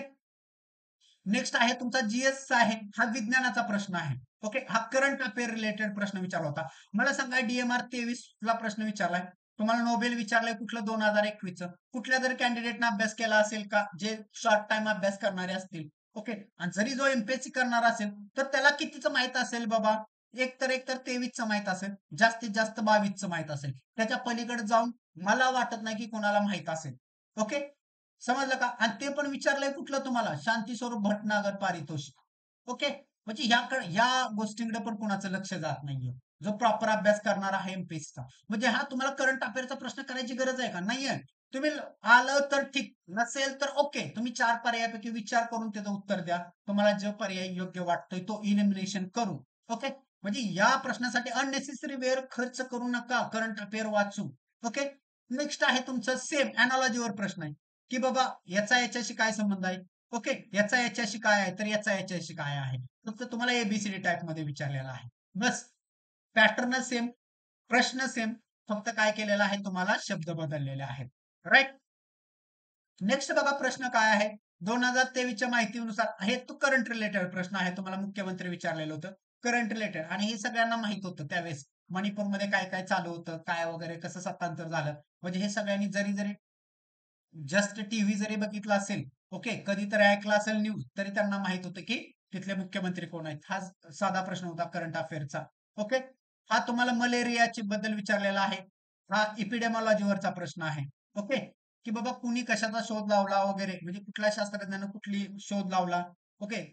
मलेरियाचा शोध कुणी लावला, त्याचा डास कुठला होता, अनाफेलेस मॉस्किटो. ओके. हा परजीवीमध्ये येतो वगैरे. हे तुमचा इपिडेमॉलॉजी रिलेटेड प्रश्न आहे. तुम्हाला हा जनरल सायन्स मध्ये पण प्रश्न मिळून जातो. ओके. तर तुम्हाला स्टॅटिस्टिक्स वरचा प्रश्न आहे मध्यांक काढा. नेक्स्ट आहे बघा पीक्यूच्या थेट प्रमाणात व्यस्त प्रमाणात आहे हा असं असेल तर तुम्हाला काय आहे याची व्हॅल्यू काढा. हे बेसिक बेसिक प्रश्न आहे तुम्हाला. ओके. बेसिक अरिथमॅटिक तुम्हाला कॅल्क्युलेशन करायचे आहे इथं. त्याच्यापेक्षा वेगळं काय आहे तुम्हाला प्रमाण काढा. व्यस्त प्रमाण सांगितलेलं आहे. एक वाढला तर दुसरा कमी होतो. सम प्रमाण म्हटलं का काय असतं तुमचा हा वाढला तर दुसरा पण वाढतो. त्याला म्हणायचं सम प्रमाण. व्यस्त प्रमाण एक वाढला तर दुसरा कमी होतो. ह्या बेसिसवर साधा प्रश्न आहे तुमचा. नेक्स्ट आहे तुमचं वक्र पृष्ठफळ म्हणजे 2 डायमेन्शनल रिलेटेड प्रश्न विचारलेला आहे तुम्हाला. काय म्हणतात त्याला त्रिकोणमिती आहे सॉरी त्रिकोणमिती म्हटलं वृत्तचितिका आहे. ओके. त्याच्याशी रिलेटेड गणपळा रिलेटेड हा प्रश्न आहे तुमचा. हा तुम्हाला जॉमेट्रीच्या अंडर कव्हर होतात. ओके. त्यानंतर हा तुमचा पॉलिटीचा रिलेटेड प्रश्न आहे. राज्यसभेचे पहिले सभापती कोण होतं? पॉलिटीचे जे आपण जे सुरुवात म्हणतो मेकिंग ऑफ इंडियन कॉन्स्टिट्यूशन त्यामध्ये हा तुम्हाला प्रश्न मिळून जातो.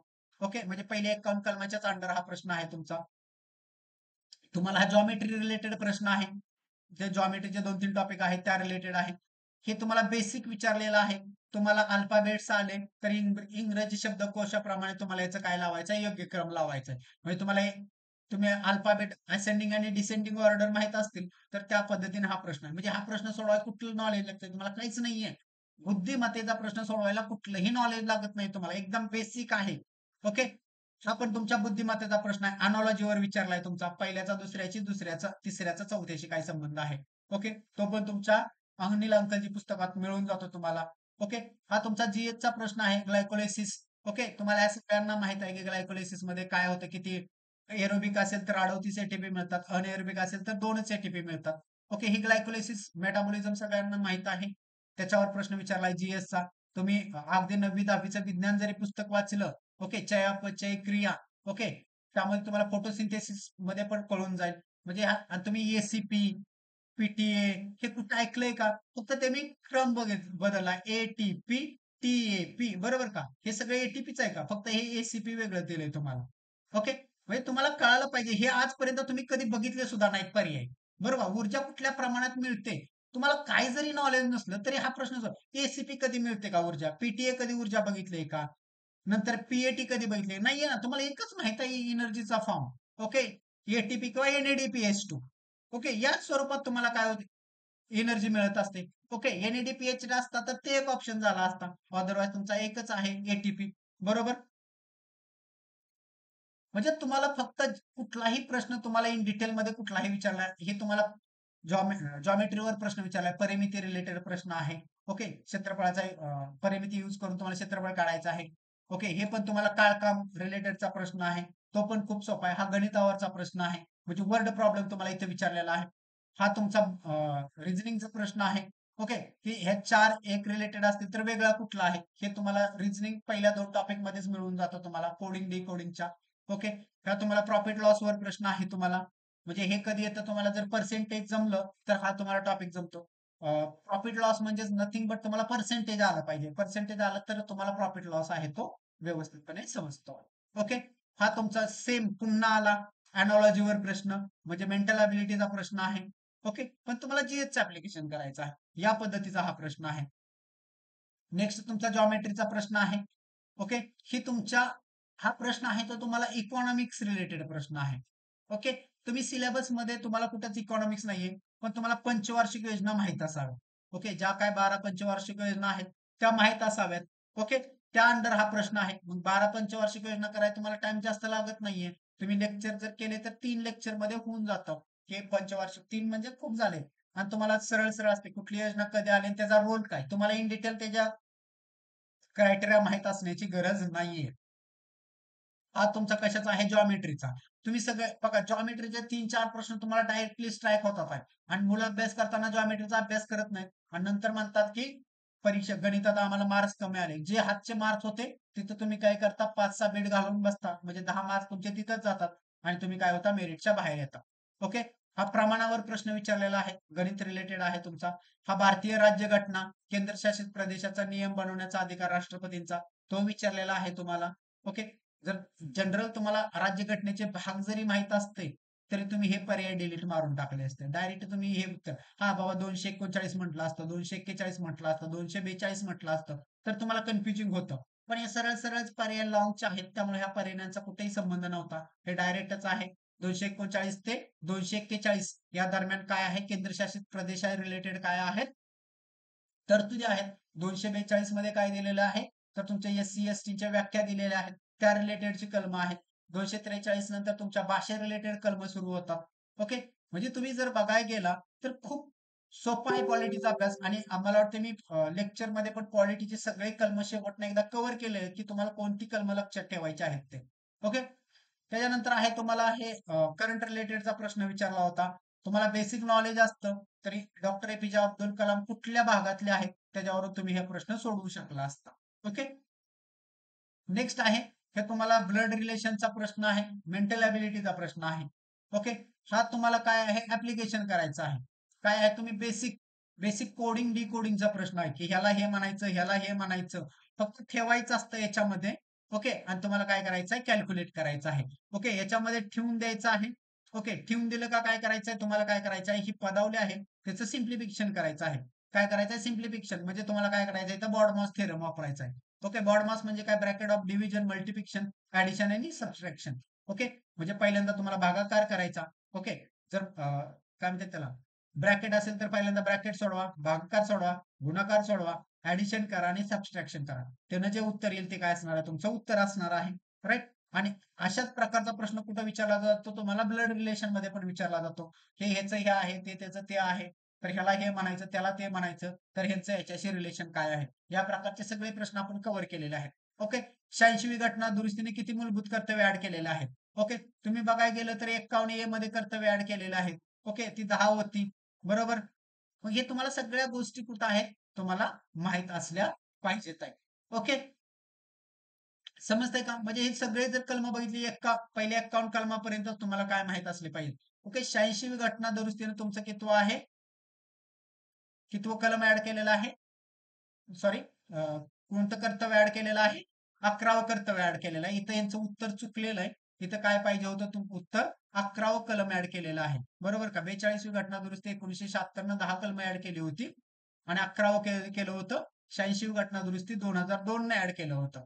ओके, म्हणजे इथं काय चुकलंय त्यांचं, नाही सॉरी, प्रश्न 86व्या घटना दुरुस्ती पूर्वी विचारले, पूर्वी.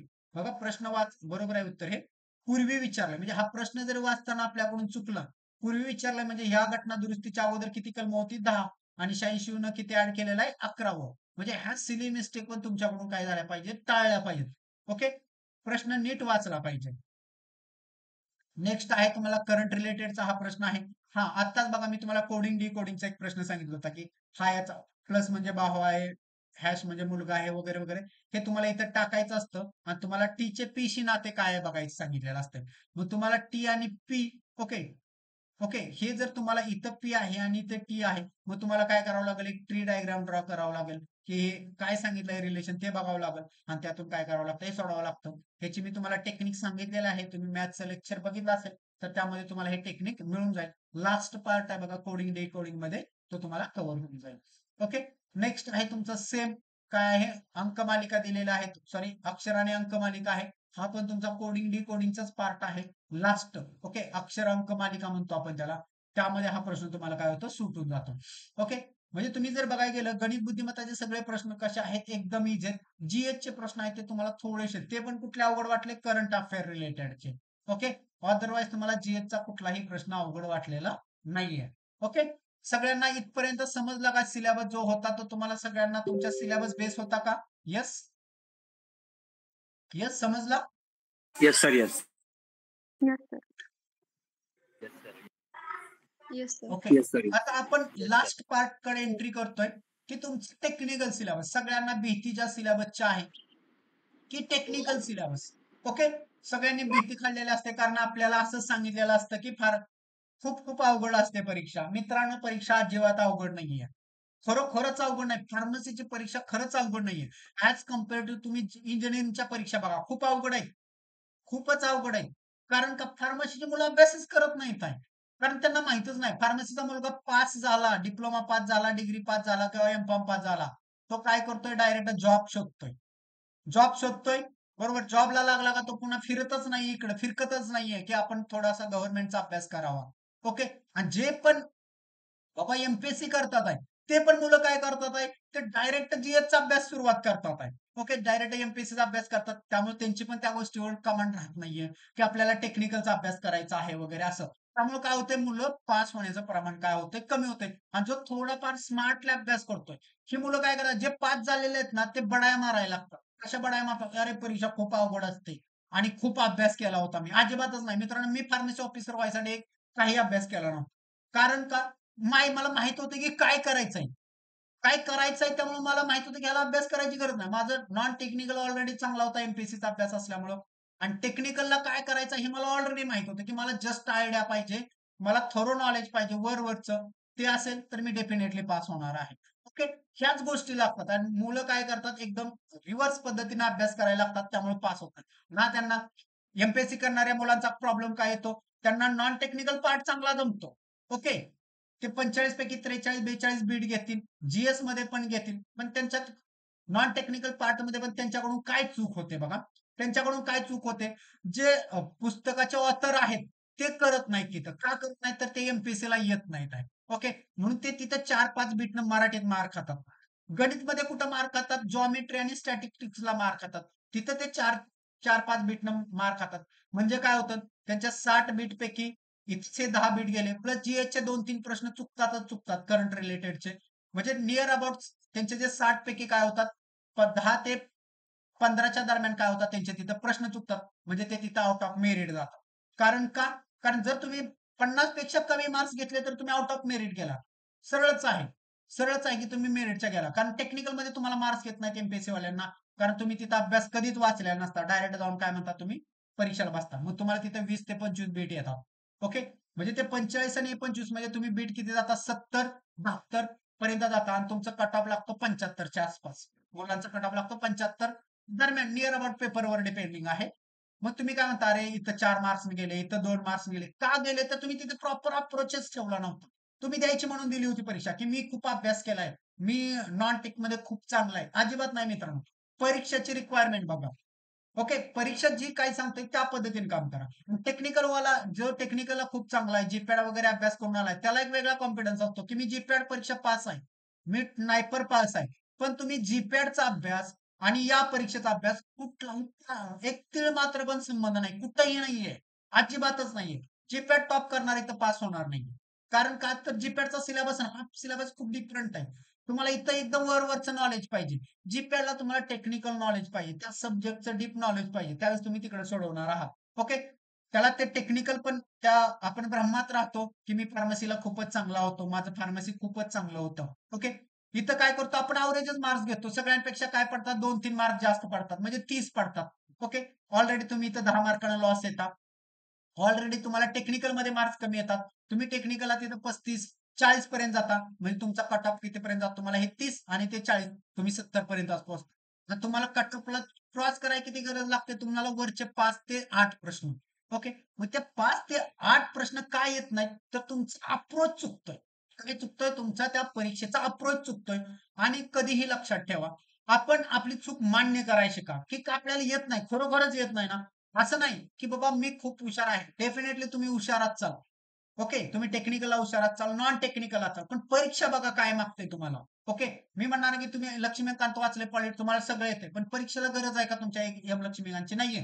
तुम्हाला परीक्षेत काय गरजेचं आहे ते बघा पहिल्यांदा. तिथं फॅक्च्युअल डेटा विचारला जातोय, तो तुम्हाला माहित असला पाहिजे. या पद्धतीने जर तुम्ही परीक्षेसाठी अप्रोच ठेवला, मी जो आता तुम्हाला सांगितला, तर तुम्हाला परीक्षा पास होण्यापासून कोणच अडवणार नाही. कारण तो तुम्ही जे 3-4 बीट्स मध्ये मागं राहताय ना, ते इतर राहताय.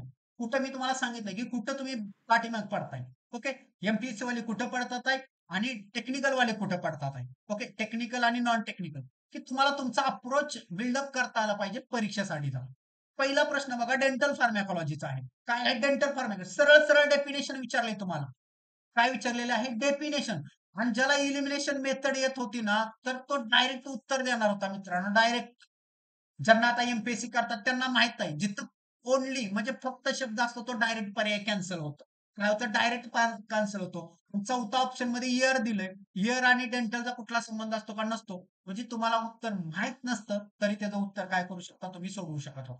तुम्ही सगळे प्रश्न बघा, टेक्निकलचे बघा, नॉन, आता मी तुम्हाला फक्त एक प्रश्न दाखवलेला आहे.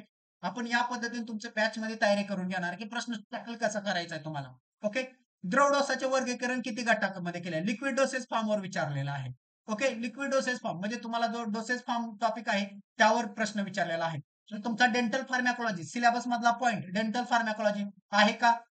इथंच आहे. दुसरा प्रश्न डोसेस फॉर्मवर विचारलाय, आहे का प्रश्न? आहे. थर्ड प्रश्न घ्या, डायरेक्ट आहे, वरचा प्रश्न आहे. काय तुम्हाला इन डिटेल विचारलाय का कुठं जाऊन? नाहीये.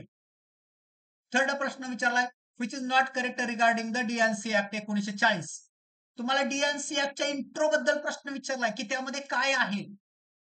ओके, म्हणजे ते इंट्रोडक्शनचं एक पेज आहे, अर्धच पेज आहे, एक पण पेज नाहीये. ह्या इंट्रो मध्ये काय दिलेलं आहे ते तुम्हाला डीएनसी ऍक्ट मध्ये दिलेलं आहे. ओके, आणि त्याच्यावर प्रश्न विचारलाय. म्हणजे तुम्ही बघा किती आहे, डीएनसी ऍक्ट तुम्हाला दिलाय, 2-2 वेळेस डीएनसी ऍक्ट दिलेला आहे. बरोबर का? आणि मी तुम्हाला सांगितलं होतं की कोणत्याही ऍक्टच्या सेक्शन 2 किंवा 3 मध्ये त्याची डेफिनेशन असते. कुठल्याही डेफिनेशन असल्या तर तुम्हाला कॉस्मेटिकची डेफिनेशन सेक्शन 5 म्हटलंय, कॅन्सल झाला. The term drug is defined in the drug and cosmetic act. Okay, म्हणजे तुम्हाला जर नॉट करेक्ट विचारलेला आहे, बरोबर, म्हणजे तुम्हाला प्रश्न नीट वाचला तर तुम्हाला या सगळ्या गोष्टी काय होणार आहेत, समजणार आहेत. ओके, नेक्स्ट बघा, is probably most complex structure in the non inverse. आता नॉन इनव्हर्स जगामध्ये सगळ्या खूप गोष्टी कॉम्प्लेक्सच आहेत ना. देव मला सांगा, सगळ्याच गोष्टी कॉम्प्लेक्स आहेत. आपल्याला असं त्यांनी विचारलंय का की related to human body, related to animal body, असं काय विचारलंय का? नाहीये. म्हणजे हा प्रश्न चुकीचा पाहिजे होता. तुम्ही जर या प्रश्नाला क्लेम केला असता, ओके, तुमचं उत्तर चुकलं असतं तर, बरोबर आलं असतं तर क्लेम करायची गरज नाही, चुकलं असतं तर क्लेम केला असतं तर हा प्रश्न कॅन्सल केला असता. कारण तुम्ही कुठं क्लेम करू शकता की नॉन युनिव्हर्स मध्ये सगळे स्ट्रक्चर कॉम्प्लेक्स आहेत ना, कुठलं स्ट्रक्चर मऊ नाही तुम्हाला, नाही ना. पण ह्युमन बॉडी रिलेटेड म्हटलं तर ह्युमन ब्रेन आहे, म्हणजे हा इन जनरल प्रश्न विचारलाय तुम्हाला. नेक्स्ट आहे तुम्हाला स्टरलायझेशन, जो डिसइन्फेक्टंट रिलेटेड जो सायमल्टेनियसली टॉपिक चालतो, की तुम्हाला ॲटोक्लेव्ह माहित असलं पाहिजे, हॉट एअर ओव्हन माहित असलं पाहिजे. ओके, हे दोनच महत्वाचे आहेत. टिंडलायझेशन काय आहे, इन्स्पिरेशन मेथड काय आहे, वगैरे वगैरे, जे सगळ्या मेथड आहेत त्या स्टरलायझेशनच्या अंडर येतात. त्या रिलेटेड तुम्हाला प्रश्न विचारलेला आहे, म्हणजे हा डिसइन्फेक्टंटच्या अंडर येतो हा प्रश्न. नेक्स्ट आहे तुमचं statement is not correct regarding the classification of drug. आहे का क्लासिफिकेशन ऑफ ड्रग तुम्हाला पॉईंट सिलेबसला? इथं बघा आहे का point general classification of drug, आणि तुम्हाला काय विचारलंय? Not correct. ओके, हे कुठल्या बेसिसवर तुम्हाला क्लासिफिकेशन केलं जात नाहीये? Glycoside, alkaloid, steroid are a natural, sorry, are the natural nature of the drug. Okay, natural nature of the drug असं म्हटलेलं आहे. या बेसिसवर क्लासिफिकेशन आहे का ते विचारलेलं आहे तुम्हाला. Drug can be classified on the basis of organ system affected. फार्मॅकोलॉजीचे सगळे क्लासिफिकेशन याच बेसिसवर आहेत का? Drug acting on cardiovascular system, drug acting on respiratory system, तेच सांगितलंय की ना तुम्हाला क्लासिफिकेशन ऑफ ड्रग मध्ये. Okay, glycoside, alkaloid, steroid are the chemical nature of drug. बरोबर आहे ना, सरळच आहे. हे तुम्हाला मिळून जाईल कोग्नोसी मध्ये. Drug are, sorry, drug can be classified on the basis of symptoms disease in which they are used. म्हणजे drug used on hypertension, drug on used on AIDS, हे काय डिसीजच आहेत ना, बरोबर का? डिसीज ऑन सिम्पटम्सच आहेत ना, त्यावर जे ड्रग ऍक्ट करतात त्याच्यावर बेस क्लासिफिकेशन आहे आपल्याला. Okay, mechanism of action base classification आहे. म्हणजे हे काय आहे, तुम्ही जनरल फार्मॅकोलॉजीचं जनरल ऍप्लिकेशन करायचं होतं, इथं तुम्हाला कुठलंही क्लासिफिकेशन माहित असण्याची गरज नव्हती. ओके, नेक्स्ट आहे तुमचा disadvantages of liquid doses form. हे सगळ्यांना जग जाहीर माहित आहे की तुम्ही जे बेसिक डोसेस फॉर्म बघता, solid doses form, liquid doses form, degree first इयरला किंवा डिप्लोमा फर्स्ट इयरला पहिलाच टॉपिक असतो इंट्रोडक्शन टू डोसेस फॉर्म. मग तुम्हाला तिथं लिहून दिलं जातं ऍडव्हान्टेजेस, डिसएडव्हान्टेजेस, त्या टाइप्स, डेफिनेशन, त्यावर बेस प्रश्न आहे तुमचा हा. ओके, नेक्स्ट आहे तुमचा डिसइन्फेक्टंटची डेफिनेशन विचारलेलं आहे. डिसइन्फेक्टंट मध्ये काय किल केलं जात नाही, तर स्पोर्स किल केले जात नाहीत. आणि स्टरलायझेशन मध्ये काय केले जातात? Micro organism plus spores. मग इथं तुम्हाला स्पोर्स, इथं काय आहे, कोर्स रिलेटेड विचारलं होतं. ओके, आता ही मराठीत आहे त्यामुळे तुम्हाला कळणार नाही, इंग्लिश मध्ये बघायला गेलं तर इथं स्पोर्स रिलेटेड विचारलं होतं, म्हणून ही डेफिनेशन होती तुमची डिसइन्फेक्टंटची. आणि तुमच्या सिलेबसला टॉपिकच आहे डिसइन्फेक्टंट, त्यावर हा प्रश्न विचारलेला आहे. ओके, तुम्हाला हे ड्रगची कॅटेगरी विचारलेला आहे, स्ट्रेप्टोमायसिन, क्लोरोमायसिन, टेट्रासायक्लिन काय आहेत ते सगळ्यांना माहित आहे. ज्यावेळेस तुम्ही हा ड्रग कुठून आलेला आहे, तर तुम्हाला रोल ऑफ अँटीबायोटिक, त्यावर प्रश्न विचारलेला आहे. आणि रोल ऑफ अँटीबायोटिक म्हणजेच काय, अँटीमायक्रोबियल ड्रग. काय आहे, अँटीमायक्रोबियल ड्रग. मग त्यामध्ये सगळे ड्रग आहेत तुमचे. बीटा लॅक्टिव्ह अँटीबायोटिक काय आहे, ग्लायकोसाइड आहे, सल्फोनामाइड्स काय आहेत, ओके, कोलिन्स काय आहे, पॉलिमॅक्झिन बी काय आहे, ओके, हे न्यूरोफ्लॉक्झॅसिन काय, न्यूरोइमेडाझोल काय आहेत वगैरे, ते सगळ्या कॅटेगरी आहेत. ते कशामध्ये येतात, तुमच्या अँटीमायक्रोबियल मध्ये येतात. त्यामुळे हा तुमचा पॉईंट तिथे कव्हर होतो. आणि किती पेजेसचा टॉपिक आहे मित्रांनो, 1.5 पेजेस. एक हे पाठपुट पेज आणि इकडला अर्ध पेज, एवढ्याच पेजेसचा हा टॉपिक आहे. आणि त्याच्यावर तुम्हाला 1.5 पेजेस मध्ये 1 मार्क येऊन जाणार आहे आरामात. मग किती वेळ लागणार आहे करायला तुम्हाला? हे डोसेस फॉर्म किती वेळ लागतो तुम्हाला? डिसइन्फेक्टंट किती वेळ लागतो? एका लेक्चर मध्ये तो कव्हर होऊन जातो तुमचा. ओके, ऍडव्हर्स ड्रग रिएक्शन तुम्हाला विचारलेला आहे. हा तुम्हाला सरळ सरळ सिलेबसचा आहे. तीन तीन तीन पेजेसची नोट्स आहे ऍडव्हर्स ड्रग रिएक्शन वरची. ओके, नेक्स्ट विचारलाय तुम्हाला टॅबलेट रिलेटेड विचारलाय. तुम्हाला ऍडव्हान्टेजेस आणि डिसएडव्हान्टेजेस काय आहेत ते टॅबलेट मध्ये कळून जातं. म्हणजे बेसिक प्रश्न विचारलाय ना, तुम्हाला डिफेक्ट्स विचारलाय ना, त्याचं मॅन्युफॅक्चरिंग विचारलंय ना, तुम्हाला एक प्री फॉर्म्युलेशन त्याचं विचारलंय. काहीही विचारलेलं नाहीये. In general okay. आणि तुम्ही अभ्यास करताना काय टॅबलेट चला घ्या टॅबलेट पहिल्यापासून लास्ट अल्टन वाचा, अँसेल वाचा, मार्टिन वाचा, नाहीतर अजून कुठलं वाचा. आणि शेवटी प्रश्न कुठला येतो एकदम इन जनरल, आणि तुम्ही काय केलेला असतो तोच सोडून दिलेला असतो. सगळे डिफेक्ट बिफेक्ट सगळे पाठ करून ठेवलेला असतात. ओके. सगळ्या मशीन बिशीन सगळे त्याचे पॅरामीटर सगळे करून टाकतात. प्रश्न तिथं परीक्षेत येतच नाही, कारण तुम्ही जीपॅडचा अभ्यास केलेला असतो तिथं. बरोबर. आणि ते गरजेचंच नाहीये. इथं सरळ सरळ तुम्हाला जीएमपीची डेफिनेशन विचारलेलं आहे. जीएनपीचा एकाच पेजचा कन्सेप्ट आहे, एकाच पेजचा, की काय काय जीएनपी मध्ये येतं. बस एका पेजवर एक प्रश्न आहे तुम्हाला. नेक्स्ट आहे फार्मसी काउन्सिल ऍक्ट वर तुम्हाला प्रश्न विचारलाय की ऍक्ट कधी पारित झालेला आहे. ओके. आता पुढचा प्रश्न कधी ज्यावेळेस तुम्हाला नेक्स्ट विचारला जातील त्याच्या इंट्रोडक्शन वर विचारतील किंवा त्याच्या डेव्हलपमेंट वर विचारतील. म्हणजे काय आहे हे सगळं इंट्रोडक्शन डेव्हलपमेंट हा पण पार्ट कशामध्ये येतो, इंट्रोडक्शन मध्येच येतो. ओके. म्हणजे तुम्हाला जर प्रश्न बघायला गेलं तर हे सगळे प्रश्न कसे आहेत, वन लाईनर आहेत मित्रांनो. इन डिटेल मध्ये तुम्हाला कुठेही कसल्याही प्रकारचा प्रश्न नाहीये. नेक्स्ट आहे तुम्हाला काय विचारलाय, तुम्हाला ड्रगची डेफिनेशन विचारलंय. ड्रगची डेफिनेशन तुम्हाला सगळ्यांना फार्मसीमध्ये सगळ्यांनाच असतंय.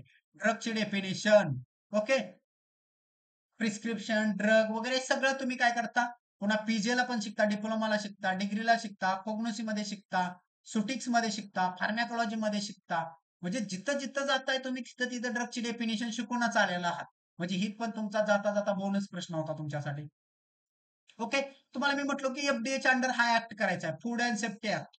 ओके. 2006चा. म्हणजे जे मानांकन आहे हा ऍक्ट का करण्यात आला, की भारतात वेगवेगळे काय होते ऍक्ट होते. मग त्या सगळ्या ऍक्टमुळे काय होतं, कन्फ्युजन होत होतं. म्हणून आपण काय केलं, फूड अँड सेफ्टी स्टँडर्डसाठी एकच ऍक्ट पास केला 2006चा. आणि त्याचे रूल कधी पास केले, 2011ला. नेक्स्ट प्रश्न तुम्हाला असणार आहे, फूड अँड सेफ्टी स्टँडर्ड ऍक्टचे रूल कधी पास केले, तर कधी केलेले आहे 2011ला, कारण 2006 वर प्रश्न येऊन झालाय. नेक्स्ट प्रश्न असणार आहे त्याचे रूल कधी आले, 2011ला आले. आणि का आले, त्याची ऑथॉरिटी कोण आहे, त्याचा अध्यक्ष कोण असतो, त्याचा नेमणूक कोण करते, त्याचा कार्यकाल काय आहे. बस एवढंच तुम्हाला त्या ऍक्ट बद्दल करायचं आहे. ओके. आणि ते बाकीचे 3 ऍक्ट पण तुम्हाला मी सांगितले आहेत. डीपीसीओ आहे, डीएनसी ऍक्ट ऑलरेडी होतोय तुमचा. बरोबर. त्याच्यानंतर मॅजिक रेमेडीचा 1954चा ऍक्ट आहे त्याचे. ओके. तुम्हाला इयर विचारला असेल त्याच्या वेळेस त्याचा रूल विचारतील की त्याचे रूल कधी आले, 1955ला त्याचे रूल आले. ओके. डीएनसी ऍक्ट तुम्हाला माहिती आहे 1940ला आला. त्याचे रूल तुम्हाला 1945ला आले. ओके. तुम्हाला नेक्स्ट पुढे जायचं एक एक स्टेप. या सगळ्या गोष्टी आहेत त्या ते काय होणार आहे तुमच्या कव्हर होणार आहे तिथं. ओके. नेक्स्ट आहे तुमचा टिंबटिंबे has approved, FDA approved since 1955 first agent development with the hypertension in clinical practice. Okay. तुम्हाला मी म्हणतो याचं काय उत्तर माहित नाही, काय नाही, काय नाही, काहीच नाहीये. तुम्हाला काय विचारलंय की हायपर टेन्शन ट्रीट करण्यासाठी काय यूज केलं जातं, कुठला ड्रग यूज केला होता 1985, सॉरी 1955ला. मला तर ह्या प्रश्नाचं अजिबात उत्तर माहित नाहीये, असं मी कन्सिडर करतो, नाहीच माहित आहे. ओके. आणि तुमच्यापैकी कुणालाच माहित नाही. पण या प्रश्नाचं उत्तर कसं काढायचं होतं, मला असं का अँटीसेप्टिक हायपरटेन्शन मध्ये यूज करतील का, अँटीसेप्टिक एक कॅटेगरी आहे. बरोबर का, लिव्हिंग थिंग्स वर यूज करण्यासाठी. ओके.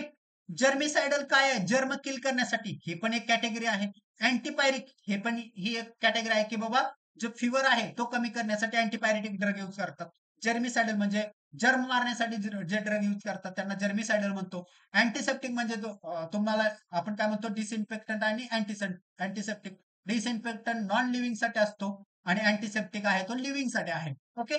मग राहिलेला ड्रग कुठला आहे हो मित्रांनो, एकच ड्रग आहे, रेझरपिन. आलं का उत्तर, तुम्हाला काहीच नव्हती, तुम्हाला अभ्यासाची गरज नव्हती. तुमचा जनरल अप्रोच काय होता, आणि अप्रोच तुम्हाला बॅच मध्ये डेव्हलप होऊन जाईल की काय करायचंय. जनरल अप्रोच तुम्हाला शिकण्यापेक्षा तुमचा अप्रोच बदलला पाहिजे परीक्षेचा, की परीक्षेला काय विचारणार आहे. राईट. तुम्हाला कुठले तुम्ही एवढे जे 16च्या 16 प्रश्न बघितले ना मित्रांनो, अभ्यासाची गरज नव्हती. तुम्हाला फक्त इन जनरल फक्त तो अर्थ माहित असावा, आणि त्या जो पॉइंट आहे त्या पॉइंटकडे बघण्याचा दृष्टिकोन तुमचा वेगळा पाहिजे. नाहीतर उगाच अभ्यास करत बसलाय, खूप खूप भले मोठे असे वक्ते असतात की फार्मॅकॉलॉजी वाचा, केडी त्रिपाठी घेऊन बसा, गरज नाहीये. केडी त्रिपाठी मधून काय घ्यायचंय, ओके, सुटिक्स मधून काय घ्यायचंय, पीजे मधून काय, सिलेक्टिव्ह डेटा. ओके. या पद्धतीने करायचंय तुम्हाला. ओके. नेक्स्ट बघ, which drug is use to reduce the body temperature. वरच प्रश्न होता, इथं जर तुम्हाला कॅटेगरी असेल तर इतर लगेच प्रश्न विचारला होता तुम्हाला. सरळ साधा प्रश्न होता, टेम्परेचर सगळ्यांना माहित आहे. फार्मसी मधला कुठला व्यक्ती नाही की त्याला हा प्रश्नाचं उत्तर येत नव्हतं. फार्मसी मधला कुठला व्यक्ती नव्हता की त्याला ह्या प्रश्नाचं उत्तर येणार, सगळ्यांना या प्रश्नाची उत्तर येत होती. बरोबर का. टेम्परेचर रिड्यूस करण्यासाठी एकच कॅटेगरी आहे, अँटीपायरेक्टिक. अँटीऍसिड कशासाठी आहे सगळ्यांना माहित आहे. मला वाटतं जगात जो शिकलेला नाहीये त्याला पण अँटीऍसिड माहित आहे की ऍसिडिटी झाल्यानंतर कुठला ड्रग घ्यायचा आहे तो. अनास्थेसिया जगातल्या सगळ्यांना माहित आहे की अनास्थेसिया कधी दिला जातो. ओके.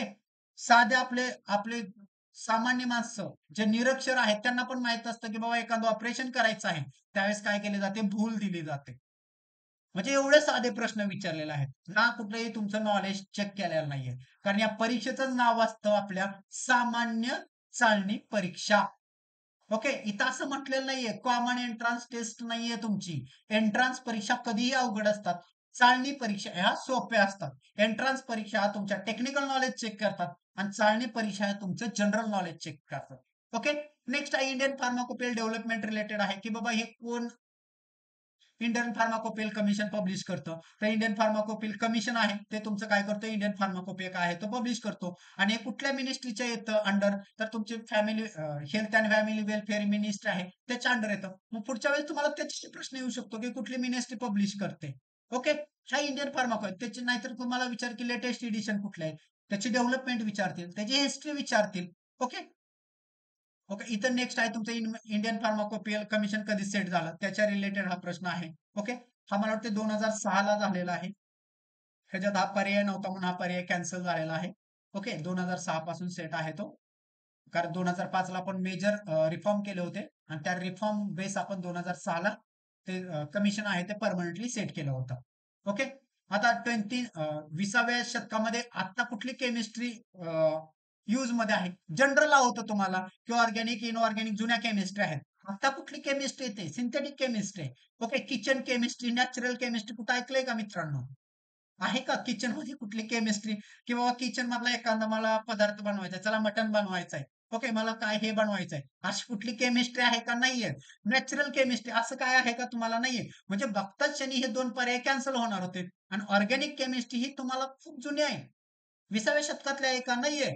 ती तुम्ही खूप म्हणजे प्राचीन काळापासून ही ऑर्गॅनिक केमिस्ट्री चालवत आली. आता नवीन केमिस्ट्री कोणती आहे? सिंथेटिक केमिस्ट्री आहे. हा डायरेक्ट तुम्हाला प्रश्न येणार होता. हा लॉजिक होतं. कुठल्या पुस्तकात तुम्हाला मिळणार आहे का? तुम्ही किती जरी केमिस्ट्रीची पुस्तकं वाचले तरी तुम्हाला उत्तर मिळणार आहे का? नाही. हा बेसिक अप्रोच आहे तुमचा परीक्षेचा. बेसिक टेंडन्सी आहे तुमची परीक्षेकडे बघण्याची. नेक्स्ट आहे की बाबा स्टोरेज टेम्परेचर काय असावं. मेडिकलमध्ये सगळे ड्रग कुठल्या स्टोअरला टेम्परेचर केले जातात मित्रांनो, सांगा बघू. लिमिटेडच ड्रग असतात तेच फक्त फ्रीजला असतात. बाकी टेम्परेचर काय आहे आपलं, 15 ते 20 डिग्री सेल्सिअसलाच आपण सगळे ड्रग स्टोअर करतो. बरोबर का? जे पण तुमचं नॉर्मल रूम टेम्परेचर असतं आपण त्याला काय म्हणतो, कूल टेम्परेचर. काय म्हणतो, कूल टेम्परेचर. ओके. 8 ते जे 20 डिग्री सेल्सिअस असतं त्याला कूल टेम्परेचर म्हणायचं. 2 ते 8 असतं त्याला कोल्ड म्हणायचं. आणि 20 पेक्षा असतं ते त्याला रूम टेम्परेचर असं म्हणायचं. मग मेजर जे ड्रग असतात ओके ते कुठं स्टोअर केले जातात, तुमचे 15 ते 20 ला केले जातात आहे. 3 ते 5 नाही, 5 ते 10 नाही, हे दोन पर्याय डायरेक्ट डिलीट होते. तुम्हाला कन्फ्युजनच होतं तर इथं होतं 20 ते 30 आणि 15 ते 20. आपलं 30 कट टेम्परेचर गेलं तर आपला उन्हाळा सुरू होतो, माहिती आहे ना आपल्याला सगळ्यांना. उन्हाळ्यात आपलं टेम्परेचर 30 पुढे 30च्या आसपास गेलं तर आपल्याला खूप खूप काय होतं, त्रास व्हायला लागतो. म्हणजे तुमचं जर बेसिक नॉलेज जरी असतं तरी हा प्रश्न तुम्हाला सुटला पाहिजे होता इथं. ओके. नेक्स्ट आहे तुमचं the term cosmetic is defined in which section of drug and cosmetic act 1940. मी तुम्हाला सांगितलं होतं की ज्या पण डेफिनेशन आहेत त्या एकतर सेक्शन 2 मध्ये असतात किंवा 3 मध्ये असतात. ओके. 2 मध्ये कधी जर ऍक्ट छोटा असेल, आता तुम्ही मॅजिक रेमेडीज बघायला गेला 2 मध्ये भेटून जाईल तुम्हाला. जे छोटे छोटे ऍक्ट आहेत तिथे 2 मध्ये भेटेल तुम्हाला. फूड सेफ्टी मध्ये बघायला गेला 3 ला भेटेल. ड्रग अँड कॉस्मेटिक ऍक्टला कुठं भेटेल तुम्हाला, 3 ला भेटेल. आरटीआय ला तुम्हाला 2 ला भेटून जातील. ओके. म्हणजे ह्या ज्या बेसिक गोष्टी आहेत हे जर मी तुम्हाला एकदा सांगितलं की ह्या गोष्टी बेसिक आहे, हे तुम्ही सगळ्या लक्षात ठेवा, तर या प्रश्न पाठ करायची काय गरज आहे? अजिबातच गरज नाहीये तुम्हाला. म्हणजे बेसिक प्रश्न होता, जनरल प्रश्न होता तुम्हाला. ओके. नेक्स्ट आहे तुमचं काय, अगुमेंटेड रिएक्शन. हा तुम्हाला ऍडव्हर्स ड्रग रिएक्शन बद्दल होता की अगुमेंटेड रिएक्शन. ओके. ह्या कशा बेसिसवर असतात. ओके. ह्या तुम्हाला पहिलंच टाईप ए आहे. ओके. टाईप ए रिएक्शनलाच आपण काय म्हणतो, अगुमेंटेड रिएक्शन म्हणतो. सी आणि डी असला टाईपच नाहीये, दोनच टाईप आहेत, ए आणि बी. ओके. म्हणजे तुमचं कन्फ्युजन या दोन मध्येच पाहिजे होतं. जरी नाही कळालं तर या उत्तर काय मध्ये, या दोन्ही मध्येच पाहिजे होतं. ज्यांनी थोडंस वाचलंय, थोडंस माहित होतं, ते डायरेक्ट उत्तर दिलं होतं. ओके. मग पुढे जाऊन तुम्हाला काय विचारला जाऊ शकतो याच्यामध्ये, ऍडव्हर्स ड्रग रिएक्शन मध्ये हायपर सेन्सिटिव्हिटी या रिएक्शन विचारू शकते तुम्हाला. म्हणजे ड्रग अलर्जीच्या ज्या 4 रिएक्शन आहेत, पहिल्या 3 आहेत त्या तुमच्या अँटीबॉडी मिडिएटेड आहेत, चौथी तुमची सेल मिडिएटेड आहे. ओके. मग तुम्हाला सेल मिळेल कुठले आहे, त्यात कोणती सेल येते बाबा, टी सेल येते का कुठली सेल येते ते तुम्हाला माहित असले पाहिजे. पहिल्या 3 अँटीबॉडी रिलेटेड बाबा, पहिल्या रिएक्शन मध्ये कुठल्या अँटीबॉडी आहे, दुसऱ्यामध्ये कोणते आहे, तिसऱ्यामध्ये कोणते आहे. ओके, ह्या जर रिएक्शन माहित झालं तर पुढचा प्रश्न तुम्हाला त्यावर फ्रेम होणार आहे. म्हणून तुम्हाला ड्रग ॲलर्जीच्या रिएक्शन, हायपर सेन्सिटिव्ह माहित असले पाहिजे, त्याचे सिम्पटम्स माहित असले पाहिजेत. ओके, म्हणजे जॉन्सन सिंड्रोम कुठं होतं तुम्हाला, ESL कुठं होतं तुम्हाला, रॅशनेस कुठं होतं, ब्लड ग्रुप रिलेटेड रिएक्शन कुठं असतात. ओके, सिरम सिकनेस कुठं असतो, कॉन्टॅक्ट डर्माटायटिस कुठं असतो, फोटो सेन्सिटिव्हिटी कुठं असते, हे कशामध्ये तुमच्या हायपर सेन्सिटिव्हिटी मध्ये आहे. इंटॉलरन्स काय आहे, आयडोसिंक्रेन्सी काय आहे. ओके, ह्या रॅशल गोष्टी कुठे येतात, ह्या सगळ्या गोष्टी कुठे आहेत, ऍडव्हान्स ड्रग रिएक्शन मध्ये. बेसिक इफेक्ट म्हणजे काय आणि सेकंडरी इफेक्ट म्हणजे काय. ओके, आणि नॉर्मल इफेक्ट म्हणजे काय. टॉक्सिक इफेक्ट कधी होतो, की बरं त्या ड्रगचं पॉइझन मध्ये कन्व्हर्ट झालं, म्हणजे तुम्ही डोस जर जास्त घेतला तर तो टॉक्सिक इफेक्ट मध्ये आहे. जनरल मध्ये काय आहे, जर तुम्ही जनरल ड्रग घेतला आणि त्याचा जर इफेक्ट झाला तर तो प्रायमरी इफेक्ट मध्ये होतो. सेकंडरी इफेक्ट म्हणजे काय, तुम्ही ड्रग समजा पेन किलर घेतलेला असेल, पेन किलर घेतला तर त्याचा सेकंडरी इफेक्ट काय, तुमच्या बॉडीचं टेम्परेचर कमी होतं, तुमच्या बॉडी मधला ब्लड प्रेशर कमी होतो. हे काय झालं, त्याचे सेकंडरी इफेक्ट. तुमचा प्रायमरी इफेक्ट काय होतं त्याचा, की तुम्हाला काय होणार आहे, बॉडी पेन कमी होणार आहे. हे काय झालं, त्याचे सेकंडरी इफेक्ट. म्हणजे तुमच्या हर्टवर काय परिणाम झाला, बाकीच्या फिजिओलॉजिकल वर काय परिणाम झाला, त्याला सेकंडरी इफेक्ट म्हणायचे आहेत. हे सगळं पार्ट आहे तो तुमच्या ऍडव्हर्स ड्रग रिएक्शनच्या अंडर येतो. नेक्स्ट आहे ब्रॉड स्पेक्ट्रम अँटीबायोटिक. हे तुम्हाला कुठं आहे. ओके, रोल ऑफ अँटीबायोटिक तुम्ही ते 1.5 पेजेस मी सांगितलं ना तुम्हाला, त्या 1.5 पेजेस वर आहे ब्रॉड स्पेक्ट्रम अँटीबायोटिक कोणते. इकडले 3 पार्ट करायचे, इकडले 2 पार्ट करायचे. तुम्हाला काय करायचं आहे, येऊन जाणार आहेत प्रश्न. इथे तुम्हाला फक्त डेफिनेशन विचारले, ब्रॉड स्पेक्ट्रम अँटीबायोटिक म्हणजे काय. एक आहे नॅरो स्पेक्ट्रम, दुसरा असतो ब्रॉड स्पेक्ट्रम. ब्रॉड स्पेक्ट्रम म्हणजे तो कोणत्याही डिसीज साठी चालतो, त्याला म्हणायचं ब्रॉड स्पेक्ट्रम. आणि जो स्पेसिफिक दिला जातो त्याला म्हणायचं नॅरो स्पेक्ट्रम. ओके, आता अलीकड आपल्याला रेजिस्टन्स का निर्माण होतोय, ओके, अँटीबायोटिकला रेजिस्टन्स का निर्माण होतोय, तर त्याचं रिझन आहे ब्रॉड स्पेक्ट्रम अँटीबायोटिक्स. का, तर डॉक्टर काय करायला लागले, सरळ सरळ कुठलाही इन्फेक्शन झालं ना, तुम्हाला ब्रॉड स्पेक्ट्रम अँटीबायोटिक देतात आणि त्यामुळे काय होतं, रेजिस्टन्स प्रोड्यूस होतो आणि त्याचा पुढे कन्व्हर्जन कशामध्ये होतं, मल्टी ड्रग रेजिस्टन्स मध्ये होतं. ओके, म्हणून आता सगळ्यात मेजर प्रॉब्लेम काय आहे अँटीबायोटिक रिलेटेड, तर काय आहे, रेजिस्टन्सचा. ओके, सुपरबग्स तयार व्हायला लागलेले आहेत. ओके, की नवीन जो मायक्रो ऑर्गॅनिझम येतोय, ओके, जो नवीन स्ट्रेन येतोय, तो काय होतोय, त्याला रेजिस्टन्स दाखवायला लागलेला आहे. आणि हे कुणाकडून व्हायला लागलंय, जे हायली क्वालिफाईड डॉक्टर्स नाहीत आहे. सरळ तुम्ही BHMS डॉक्टरकडे जावा, BMS डॉक्टरकडे जावा. ते काय करतायत, एक तर तुम्हाला स्टेरॉइड देतात आहे किंवा काय करतात, ब्रॉड स्पेक्ट्रम अँटीबायोटिक देतात. आपल्याला इफेक्ट पडतो तात्पुरता, पण त्याचे लॉंग टर्म कॉन्सिक्वेन्सेस काय आहेत, चुकीचे आहेत. तुम्ही हायली क्वालिफाईड डॉक्टरकडे जावा, MD डॉक्टरकडे जावा. ओके, तो तुम्हाला कधी ब्रॉड स्पेक्ट्रम अँटीबायोटिक देणार नाही. ओके, पहिलं तुम्हाला नॉर्मल डिसीज ड्रग डोसेस देईल. ओके, त्याच्यानंतर तुम्हाला काय सांगाल, की तुम्ही ब्लड टेस्ट करा आणि त्याच्यावर ठरवा की तुम्हाला कोणता अँटीबायोटिक द्यायचा आहे. हा काय आहे, रोल ऑफ अँटीबायोटिकच्या अंडर तुम्हाला ह्या गोष्टी माहित आहेत. तुम्हाला नेक्स्ट विचारतील what is mean by MDR, what is mean by superbugs. Okay, मग तुम्हाला कमीत कमी MDRचा लॉंग फॉर्म माहित असला पाहिजे. सुपरबग्स मध्ये तो कोणत्याही अँटीबायोटिकला काय करत नाही, रिस्पॉन्स दाखवत नाहीये, त्याला काय म्हणायचं, सुपरबग. आणि हा मेजर प्रॉब्लेम आहे आता मार्केट मधला, सुपरबग्स. ओके, नेक्स्ट आहे scientific study of drug on their use and medicine is non as. सरळ सरळ फार्मॅकोलॉजीची डेफिनेशन विचारलंय मी मित्रांनो. MBBS ला कधी म्हटलंय का, study of scientific study of drug. MBBS आहे का, नाहीये. नर्सिंग आहे का, नाहीये. ड्रेसिंग आहे का, नाहीये. सरळ सरळ फक्त तुम्हाला टर्मिनॉलॉजी विचारलंय. म्हणजे साधा ज्याला इंग्लिश वाचता येतं तो पण व्यक्ती या प्रश्नाचं उत्तर देऊ शकतो. कुठला अभ्यास करायची गरज होती का तुम्हाला, कुठलाही अभ्यास करायची गरज नव्हती. Okay, 1 minute.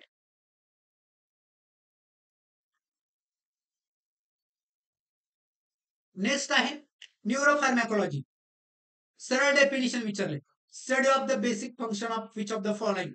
ओके, न्यूरोफार्मॅकोलॉजी डेफिनेशनच विचारलंय तुम्हाला. आय येत नाही, कॉर्निया येत नाही, हे दोन्ही पार्ट आयचेच झाले. हेड येत नाही, जालूरला पार्ट कुठला, तुमचा ब्रेन.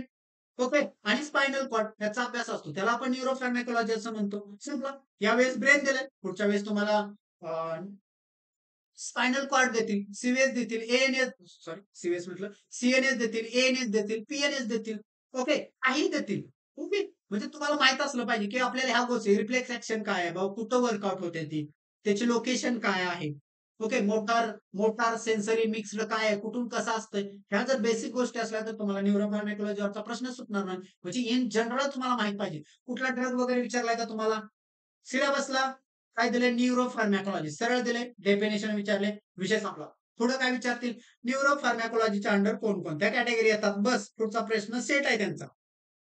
इन डिटेल मध्ये जायची गरज नाही. फक्त त्यांच्या डेफिनेशन पाठ करून ठेवा. सिडेटिव्ह काय आहे, हिप्नॉटिक्स काय आहे, सीएनएस स्टिम्युलंट काय आहे, डिप्रेसंट काय आहे, सायकॅट्रिक काय आहे ड्रग, बस एवढ्या कॅटेगरी केल्या तुम्हाला न्यूरोफार्मॅकॉलॉजी जमणारच आहे. नेक्स्ट बघा काय आहे, which is not correct regarding the storage of drug at what or unit level. Okay, म्हणजे तुम्हाला स्टोरेज तेवढे रिलेटेड संपवायचे विचारलाय. चपाती. ओके, कुठं आहे हे प्रश्न तुम्हाला? हॉस्पिटल फार्मसी आहे का? हॉस्पिटल फार्मसी शिकलाय तुम्ही, तुम्ही कम्युनिटी फार्मसी शिकलाय, त्या बेसिसवर हा प्रश्न आहे तुमचा. समजलं? म्हणजे तुम्हाला कळायला पाहिजे की प्रश्न कुठून स्ट्राईक झालाय तो. तुम्ही असं बघायला गेला तर म्हणणार अरे हा प्रश्न नक्की आहे कुठला? फार्मसीमध्ये तर आम्ही शिकलो नाहीये. पण तुम्हाला जर त्या शब्दांचा अर्थ माहित असेल, प्रॉपर कन्सेप्ट माहित असेल, कम्युनिटी फार्मसी काय आहे, हॉस्पिटल फार्मसी काय आहे, तर तुम्ही डोळं दाखवून या प्रश्नाची उत्तर सोडवणार आहात. ओके, नेक्स्ट आहे acute kidney injury is adverse drug reaction in which of the following drug. Okay, adverse drug reaction विचारलंय तुम्हाला इथं, की ऍडव्हर्स ड्रग रिएक्शन काय आहे हे तुम्हाला 2-3 पेजेस मध्ये त्या कव्हर होऊन जाते. वेगळं काय करायची गरज नाहीये तुम्हाला. नेक्स्ट आहे Indian pharmaceutical association created division in which year. Okay, तुम्हाला तुमचं जे डेव्हलपमेंट आहे इंडियन फार्माकोपियल डेव्हलपमेंट, ओके, तुमचा फार्मसी ऍक्ट 1948 त्यामध्ये पण हा पार्ट कव्हर केलेला आहे. म्हणजे एवढं सोपं आहे की त्याच्या इंट्रोडक्शन आणि डेव्हलपमेंट मध्येच हा पॉइंट आहे तो कव्हर होऊन जातो. ओके, नेक्स्ट आहे in which year Alexander Fleming हे अँटीबायोटिक. ओके, अँटीबायोटिकचा शोध कुठं लागला हा तुम्हाला 9वी-10वीच्या पुस्तकात मिळून जातो. मला वाटतं हा फ्लेमिंगचा टॉपिक आहे ना, तो 6वीच्या का 7वीच्या पुस्तकात आहे विज्ञानाच्या. ते फ्लेमिंगचं चित्र दाखवलेलं आहे तिथं आणि तिथं अँटीबायोटिकचा शोध दाखवलाय पेनिसिलिनचा. ओके, ते फंगस कुठलं होतं? पेनिसिलामाइन. ओके, ते काय आहे? फंगस आहे. मग त्यामुळे त्यांना काय मिळालं होतं? नोबेल मिळालं होतं. ते इथं दिलेलं आहे. ओके, त्याच कालावधीत आपले सी.व्ही. रमण, ओके, त्यांना पण ते फिजिक्स मध्ये त्याच वर्षी आपल्याला काय 1931 ला काय मिळालं होतं? अवॉर्ड मिळाला होता. ओके, क्वांटम इफेक्ट रिलेटेडचा. ते तुम्ही पुढल्या वेळेस येऊ शकतो ना तुम्हाला प्रश्न फिजिक्स रिलेटेडचा, जीएस मध्ये येऊ शकतो. पण तुम्ही तो आत्ताच करून ठेवला पाहिजे. ओके, नेक्स्ट आहे hospital pharmacist is not responsible for the which of the following. Okay, hospital फार्मासिस्टची रिस्पॉन्सिबिलिटी विचारले. हॉस्पिटल फार्मासिस्ट त्याचं काम काय आहे? मेडिसिन देणं, त्याचं रेकॉर्ड ठेवणं, जे औषधं लागणार आहेत त्याचं सगळा डेटा असला पाहिजे. ईसीएल तुमच्या इसेन्शियल कन्झ्युमेबल लिस्ट आहे ती तुमच्याकडे असली पाहिजे. हॉस्पिटल फार्मसी तर कुठला पेशंट ट्रीट करेल का? नाहीये करणार. कुठल्याही आपण काय ट्रीट करणार आहे कुठल्या पेशंटला? अजिबात नाहीये. मग तुम्हाला एवढ्या जर गोष्टी माहित असतील बेसिक, तरी तुम्ही काय करणार आहात? या प्रश्नाचं उत्तर देणार आहात. ओके, नेक्स्ट विचारलंय तुम्हाला कम्युनिटी फार्मसी रिलेटेड डेफिनेशन विचारलंय कम्युनिटी फार्मसीची. म्हणजे वेगळं काय नाहीये, डायरेक्ट पेशंटच्या कॉन्टॅक्ट मध्ये कोण येतो? कम्युनिटी फार्मासिस्ट आहे. हॉस्पिटल फार्मसी हॉस्पिटलच्या रिलेटेड असतो. क्लिनिकल फार्मसीचा कन्सेप्ट काय आहे तुम्हाला सांगतो. क्लिनिकल फार्मसी आपल्या इंडियामध्ये ऑपरेट नाहीये. ओके, आपल्या इंडियामध्ये क्लिनिकल फार्मसीचा कुठेही रोल नाहीये. कारण का? आपल्यामध्ये डॉक्टरच काय करतात? लीड करतात. क्लिनिकल फार्मसी म्हणजे काय? हा तुमचा वॉर्ड आहे. ओके, ह्या वॉर्ड मध्ये काय असतो? ज्यावेळेस डॉक्टर व्हिजिटला येतो, त्या पेशंटच्या व्हिजिटला येतो, त्या डॉक्टर बरोबर एक फार्मासिस्ट असतो, एक असिस्टंट डॉक्टर असतो, एक नर्सिंग असतो, एक ड्रेसिंग करणारा असतो, एक लॅबोरेटरीवाला असतो आणि एक फार्मासिस्ट असतो. त्या डॉक्टरला सांगत असतो की या पेशंटला ड्रग किती प्रमाणात दिला पाहिजे, कोणता ड्रग दिला पाहिजे, याचे ऍडव्हर्स रिएक्शन काय आहे. ओके, ह्या सगळ्या गोष्टी जो सांगणारा असतो त्याला काय म्हणायचं? Clinical pharmacy. म्हणजे डायरेक्ट पेशंटच्या कॉन्टॅक्ट मध्ये तो ठरवणार त्या पेशंटला कुठला ड्रग द्यायचा आहे, किती प्रमाणात द्यायचा आहे, त्याची थेरपी काय असली पाहिजे. हा काय करत असतो? जो मेन फिजिशियन असतो त्याच्याशी कन्सल्ट करतो, त्याला काय म्हणायचं आहे? Clinical pharmacy. आणि आपल्या इंडियामध्ये असं नाहीये, फार्मासिस्टला आपल्याला एवढा चांगला रोल दिला जात नाही. फॉरेन कंट्रीमध्ये आहे. तुम्ही फॉरेन कंट्रीमध्ये गेला तर डॉक्टरपेक्षा जास्त आपल्या फार्मसीला पेमेंट आहे. ओके, हा रोल तिकडे आहे. ओके, म्हणून आपण तिकडून हे टर्म घेतलेला आहे, आपल्या इंडियामध्ये नाही. इंडिव्हिज्युअल फार्मसी म्हणजेच तुमची कम्युनिटी फार्मसी येते. नेक्स्ट प्रश्न आहे, to help the person suffering from psychological disorder which of the following is not important. Okay. हा तुमची सायकोफार्मॅकॉलॉजी आहे. त्याच्या अंडरचा हा प्रश्न आहे, की बेसिक तुम्हाला सायकोफार्मॅकॉलॉजी समजली पाहिजे. ओके. म्हणजे याच्यावर तुम्हाला कुठलाही ड्रग विचारलेला नाहीये. नेक्स्ट बघा, तुमचा हा कशावर विचारलाय? तुमचा इसेन्शियल कन्झ्युमेबल लिस्ट याच्यावर विचारलाय, की तुम्हाला एखादं हॉस्पिटल रन करायचं असेल, तर कोणत्या गोष्टींची गरज आहे? ओके, हॉस्पिटल रन करायचं आहे, तुम्हाला हॉस्पिटल चालवायचं आहे, तर तुम्हाला काय गरज आहे? ओपीडी असली पाहिजे, लॅबोरेटरी असला पाहिजे, ओटी सेटअप असला पाहिजे. गार्डन, कुठल्या हॉस्पिटलला गार्डन बघितलंय का? गार्डनचा आणि हॉस्पिटलचा काय संबंध आहे का? नाहीये. गार्डन नसलं म्हणून हॉस्पिटल चालणार नाही असं आहे का? नाहीये. पण ओपीडी नसेल तर हॉस्पिटल चालणार नाही, लॅबोरेटरी नसेल तर टेस्ट होणार नाही, ओटी सेक्शन नसेल तर सर्जरी होणार नाही. म्हणजे या बाकीच्या गोष्टी काय आहेत? इसेन्शियल कन्झ्युमेबल लिस्ट मध्ये येतात. तुमचं गार्डन इसेन्शियल कन्झ्युमेबल लिस्ट मध्ये येईल का? बेसिक लॉजिक होतं. प्रश्न कसा स्ट्राईक झालाय बघा. ईसीएल वर प्रश्न विचारलाय, त्याचं ऍप्लिकेशन विचारलंय. तुम्हाला जनरल नॉलेज अप्लाय करून हा प्रश्न सोडवायचा होता. तुम्हाला पुस्तकात कुठंच मिळणार नाही. पण तुम्हाला जर ईसीएल कन्सेप्ट माहित असेल एका शब्दामध्ये, ईसीएल म्हणजे दवाखाना, आणि त्या दवाखान्याच्या आत जेवढ्या गोष्टी लागतात त्या सगळ्याच ईसीएलच्या अंडर येतात. त्याच्या बाहेर असतात ती ईसीएलच्या अंडर येत नाही. विषय क्लोज. एवढ्यामध्ये तुमचा ईसीएलचा कन्सेप्ट संपतो. ओके. नेक्स्ट आहे, which of the following year British Pharmacopoeia has made official in India?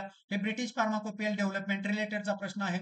आणि ब्रिटिश फार्माकोपिया कधी पब्लिश केला जातो? तर त्यांच्याकडे कधी केला जातो? ऑगस्ट मंथ मध्येच केला जातो. हा प्रश्न नेक्स्ट टाइमला येऊ शकतो तुम्हाला, की ब्रिटिश फार्माकोपिया कोणत्या मंथ मध्ये पब्लिश केला जातो. त्यांचं ठरलेलं आहे की ब्रिटिश फार्माकोपिया ऑगस्ट मंथ मध्येच पब्लिश करायचं आहे, ते इतर महिन्यामध्ये कधीही पब्लिश करत नाही. ही गोष्ट तुम्हाला माहित असली पाहिजे. त्याच्या पुस्तकात नाहीये कुठे, हे तुम्हाला ऍडिशन म्हणून लक्षात ठेवावं लागेल. ओके. इथं तुम्हाला जीएनपी ची डेफिनेशन विचारलेलं आहे सरळ सरळ. ओके, याच्यामध्ये वेगळं काही नाही. बघा तुम्हाला फसवलंय कसं. जीएमपी म्हणजे तुम्हाला इंटरचेंज केलंय. जीएमपी, जीएमपी म्हणजे त्यांनी काय केलंय? इंटरचेंज केलंय. म्हणजे तुम्हाला कळायला पाहिजे की फार्मसीमध्ये हा टर्म कुठं आलेला होता. एकच टर्म आली होती जीएनपीची. बस तुम्हाला हा प्रश्न डायरेक्ट सुटण्यासारखा होता. नेक्स्ट प्रश्न आहे तुमचा, गुड मॅन्युफॅक्चरिंग मेडिसिन. ओके, म्हणजे काय आहे? इम्पॉर्टन्स काय आहे जीएनपीचं? तर तुम्हाला चांगल्या क्वालिटीचे मेडिसिन मिळायला पाहिजे. हे तुम्हाला जीएनपीच्या कन्सेप्ट मध्ये आहे, त्या 1.5 पेजेस मध्ये. जीएनपीच्या डेफिनेशन मध्येच हा पार्ट काय होतो तुमचा कव्हर होतो. नेक्स्ट आहे, which of the following are not objective of food and safety act? सरळ सरळ इंट्रोडक्शन, जे पहिलं पेज आहे ना तुमच्या ऍक्टचं, त्या पहिल्याच पेजवर प्रश्न विचारलाय. पुढे जाऊन काय विचारतील ते? ऑथॉरिटी रिलेटेड विचारतील. त्यांचा कार्यकाल काय आहे, त्यांची नियुक्ती काय आहे, ओके, त्याचं कार्यालय कुठं आहे, बस. त्याच्या पुढे ते जाणारच नाही इथे. म्हणजे ते तुम्हाला माहित असलं पाहिजे. हा ऍक्ट जवळजवळ 45 पेजेसचा आहे. ओके, पण तुम्हाला तेवढा अभ्यास करायची गरज नाही पडत. तुमचा अभ्यास एका पेज मध्येच झाला पाहिजे. ओके. नेक्स्ट आहे लास्ट तुमचा डीएनसी ऍक्ट. ओरिजिनली कोणत्या नावाने ओळखला जात होता? ओके, तर तो कोणत्या ड्रग ऍक्टनं तुम्ही जर बघायला गेला, तर पहिल्यांदा जो डीएनसी ऍक्ट आहे त्याच्या हिस्ट्रीमध्ये बघायला गेला तर ड्रग ऍक्ट म्हणून आहे 1940चा. पण त्याच्यानंतर आपण त्याच्यामध्ये अमेंडमेंट केल्या, त्यात आपण कॉस्मेटिक ऍड केले आणि त्याला आपण काय म्हटलं? डीएनसी ऍक्ट असं म्हटलं. ओके. आपण तुम्हाला डायरेक्ट बेसिक इंट्रोडक्शन वर, हिस्ट्रीवर प्रश्न विचारलाय डीएनसी ऍक्टच्या. ओके. नेक्स्ट आहे तुम्हाला डोसेस फॉर्म रिलेटेड ऍडव्हान्टेजेस वर प्रश्न विचारलाय. Okay, tablet, capsule, liquid doses form, solid, semi solid doses form, यावर तुम्हाला बेस प्रश्न विचारलेला आहे. म्हणजे तुम्ही ओव्हरऑल जर तुम्ही सिलेबस बघितला टेक्निकलचा, मला सांगा कुठं तुम्हाला फार्मॅकॉलॉजीचं क्लासिफिकेशन विचारलंय? कुठं तुम्हाला अवघड प्रश्न विचारलाय? कुठलाही प्रश्न अवघड नाहीये मित्रांनो. एकदम सोपे वरवरचे सिलेबसला धरून प्रश्न आहेत. फक्त तुम्हाला कन्फ्युज करण्यासाठी लोक काय करतात आहे, की नाही खूप अभ्यास लागतो, खूप रिसर्च करावा लागतो, आम्ही खूप रिसर्च करून मटेरियल आणलंय तुम्हाला. असं अजिबात नाहीये. मित्रांनो, मी तुम्हाला सांगतो हे सगळं मटेरियल नाही, हे सगळं डिप्लोमा आणि डिग्री रिलेटेड आहे आणि वरवरचं आहे. एकदम वरवरचं. मी असं तुम्हाला म्हणणारच नाही, मी खूप मोठा रिसर्च केला आणि तिथून मी मटेरियल आणलं आणि हे कुठंच मिळणार नाही. हे सगळीकडे सर्वमान्य, सगळ्यांना माहित आहे तुम्हाला. ओके, तुम्ही माझं पहिलं जरी लेक्चर युट्यूबचं बघितलं असेल, त्यामध्ये पण मी तुम्हाला मेन्शन केलेलं आहे, की हे सगळा सिलेबस खूपच इझी आहे. फक्त तुमचा जो मनातली भीती आहे मित्रांनो, ती काढून टाका. भीती काय? कारण आपण सराउंडिंगला तसं बघितलंय. कारण सराउंडिंगच असं आहे, की आपल्याला भीतीदायक वातावरण निर्माण करणार आहोत, की अरे खूप अभ्यास करावा लागतो, खूप अभ्यास लागतो. आणि पास जाणारा विद्यार्थी असं सांगतो, की मी लय अभ्यास केला होता. असं अजिबात नाही. अजिबातच अभ्यास जास्त करावा लागत नाहीये. या परीक्षांसाठी जास्त अभ्यास करावा लागत नाहीये. तुम्हाला अभ्यास कुठं करायचा आहे? जिथं कॉमन परीक्षा आहे, स्पर्धा परीक्षा आहे, तिथं तुमचा अभ्यास डेफिनेटली तुमचा अभ्यास तिथं गरजेचा आहे. ओके. पण जिथं तुमच्या ज्या टेक्निकल एक्झाम आहेत तिथं कुठल्याही इन डिटेल अभ्यासाची गरज नाहीये. तुम्हाला त्यांना माहित आहे की बाबा ही टेक्निकल विद्यार्थी आहेत, त्यांना या गोष्टींची गरज नाहीये. त्यांना काय बाबा, हा मुलगा ज्यावेळेस गव्हर्नमेंट मध्ये येईल त्यावेळेस ह्याला जनरल नॉलेज असावं, तो त्याचा सदसद विवेक बुद्धीचा तो काय करल, सर्वसामान्यपणे वापर करल, असा विद्यार्थी त्यांना तिथं पाहिजे. आणि त्यालाच ते काय करतात आहे, सिलेक्ट म्हणजे तोच विद्यार्थी तिथं सिलेक्ट होतो. जो जास्त अभ्यास करणार आहे, मग तसं असतं तर सगळे नायपेड आणि जीपेड वाले पास झाले असते, तसं असतं तर सगळे एमपीएससी वाले पास झाले असते. का होत नाहीत सगळे? अप्रोच, बिल्डिंग ऑफ अप्रोच चुकतोय तुमचा. त्या परीक्षेला टॅकल कसं करायचंय त्या पद्धतीनं चुकतंय, त्यामुळे काय होतंय, तुमचा प्लॅन चुकतोय. आता मी तुम्हाला पुढचं प्लॅन सांगेन की तुम्ही कसं पुढचं प्लॅनिंग केलं पाहिजे परीक्षेपर्यंत. तुमचा प्लॅन हा 1.5 महिन्याचा असला पाहिजे. किती महिन्याचा असला पाहिजे? 1.5 महिन्याचा. तुम्हाला अभ्यास करायचा आहे तर 1.5 महिन्यात तुमचं रीडिंग बिडिंग सगळं ओके कंप्लीट असलं पाहिजे. त्याच्यानंतर तुमच्या रिव्हिजनला टाइम असला पाहिजे. ओके. आणि हे ज्यावेळेस तुम्ही रीडिंग करत असताय ना, त्यावेळेस तुम्हाला एकदाच असा अभ्यास करायचा की पुन्हा रिपीट ज्यावेळेस तुम्ही सेकंड टाइमला रीड करायला घ्याल, समजा तुम्हाला पहिल्यांदा 1 तास लागला असेल, तर सेकंड टाइमला तुमचा तो 10 मिनिटातच कव्हर झाला पाहिजे. ओके. जेणेकरून जोपर्यंत तुम्ही रिवाईज करणार नाहीये, तोपर्यंत तुम्हाला मार्क्स येणार नाहीत. तुम्ही अभ्यास केला 1.5 महिना, त्याच्यानंतर जो पुढचा कालावधी असेल, तो तुमचा रिव्हिजनला गेला पाहिजे. ओके. मग त्यासाठी स्ट्रॅटेजी काय असली पाहिजे? ओके. मी माझ्या बॅचच्या स्टुडंटला स्ट्रॅटेजी सांगेन की काय असली पाहिजे, की पहिल्यांदा तुम्ही स्टार्ट करा मराठी व्होकॅब्युलरी पासून. ओके. मराठीचं तुम्हाला लेक्चर दिलेले आहेत ग्रामरची. तुम्हाला डेली सांगेन की एक लेक्चर्स बघा तिथून. ओके. सायमल्टेनियसली 2 लेक्चर्स आहेत ते तुम्ही काय करा, बुद्धिमत्ताची कव्हर करा. ओके. म्हणजे मराठीचे 1, बुद्धिमत्ताचे 2 असे 3 लेक्चर. आणि डेलीला तुम्हाला काय होईल, तुमची मराठी व्होकॅब्युलरी कंप्लीट होईल. ओके. मराठी व्होकॅब्युलरी तुमचे जे लेखक, मराठी व्होकॅब्युलरी कुठल्याही क्लासला घेतली जात नाही. पण मी तुम्हाला मराठी व्होकॅब्युलरी शिकवणार का? तर मराठी व्होकॅब्युलरीवर तुम्हाला 10 प्रश्न आहेत. मी विनाकारण ग्रामर शिकवून तुमचा टाइम वेस्ट अजिबात करणार नाही. मी तुम्हाला व्होकॅब्युलरी शिकवणार. व्होकॅब्युलरीचा अर्थ सांगणार, जेणेकरून तुम्हाला तो स्ट्राईक झाला पाहिजे परीक्षेमध्ये, की जेणेकरून तुमचे ते 10 मार्क आले पाहिजेत. तुम्हाला ग्रामर शिकायला दिलेले आहेत मी लेक्चर रेकॉर्डेड. तुम्ही लेक्चर बघा. ओके. तिथं लेक्चर बघा. तुम्हाला त्यातून अडचण तर उरणारच नाहीये. मला 100% माहित आहे. तुम्ही त्यावर सगळे ग्रामरचे प्रश्न सोडवता. मी तुमचं वर्कआउट कुठे करणार आहे, तर व्होकॅब्युलरी वर्कआउट करणार, की तुम्हाला तिथं आउट ऑफ मार्क्स आले पाहिजेत. ते आपण तुमच्या लाईव्ह लेक्चरला घेऊ. प्लस सायमल्टेनियसली काय असणार आहे, तुमचं टेक्निकलचं एक लेक्चर होणार. टेक्निकलचा एक पॉइंट कव्हर, सायमल्टेनियसली तुमचा काय होणार आहे, दुसरा नॉन टेक्निकलचा पार्ट पण कव्हर होणार आहे. म्हणजे एका वीक मध्ये काय होईल, तुमचा मराठीचं पूर्ण ग्रामर प्लस काय होईल झालं पाहिजे, तुमचं व्होकॅब्युलरी. बाकीच्या पण विद्यार्थ्यांनी ज्यांनी बॅच नाही लावली नाही, त्यांनी पण याच पद्धतीने वर्कआउट करा. ग्रामर, मराठीचं ग्रामर प्लस गणित बुद्धिमत्ताचा एक टॉपिक. म्हणजे 2 लेक्चर आपल्या याच्यामध्ये 2 लेक्चर करायचे आहेत. कारण टोटल जो रेकॉर्डिंग आहे बुद्धिमत्ताचं, ते 15 तासाचं आहे. 15 तास म्हणजे रोज 1च तास तुम्हाला रेकॉर्डिंग बघायचं आहे. मराठीचं किती बघायचं आहे, 3 लेक्चर्स बघायचे आहेत. ओके. म्हणजे ते किती असेल, 1.5 तास आहे टोटल. 1.5 ते 2 तास असतील. म्हणजे रेकॉर्डिंग किती झालं तुमचं, 16-17 तासाचं रेकॉर्डिंग. प्लस तुम्हाला डेली जे व्होकॅब्युलरी होणार आहे, ते एका वीक मध्ये तुमची व्होकॅब्युलरी सगळी संपल. म्हणजे एका वीक मध्ये तुम्ही मराठी बी रेडी असला पाहिजे. ओके. त्याच्यानंतर काय असणार आहे, तुमचं सेकंड वीक मध्ये काय असेल, तुमचं इंग्लिश असणार. मी पण तुम्हाला तिथे इंग्लिशची व्होकॅब्युलरीज घेणार. इंग्लिश ग्रामर ऑलरेडी मी तुम्हाला ॲपवर दिलेला आहे रेकॉर्डिंग स्वरूपात. ते तुम्ही डेली एक लेक्चर बघा. एका वीक मध्ये तुमचं English vocabulary sorry English grammar होतं.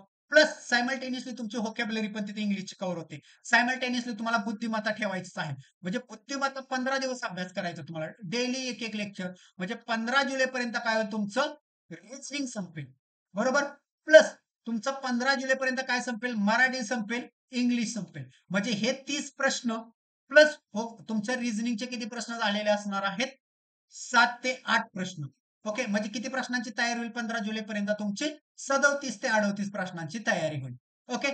त्याच्यानंतर 16 जुलै पासून तुम्ही जीएसचा एक टॉपिकला सुरुवात करायची आहे आणि मॅथमॅटिक्सला काय करायचं आहे, जीएस आणि मॅथमॅटिक्स. मॅथमॅटिक्सचं रोज एक लेक्चर, जीएसचं रोज एक लेक्चर. ओके. म्हणजे 30 जुलैपर्यंत तुमचं गणित पूर्ण संपून जाईल तुमचं. म्हणजे गणिताचे पुन्हा त्यात मार्क्स ऍड होतील. म्हणजे 30 जुलैपर्यंत तुमचं मराठी होईल.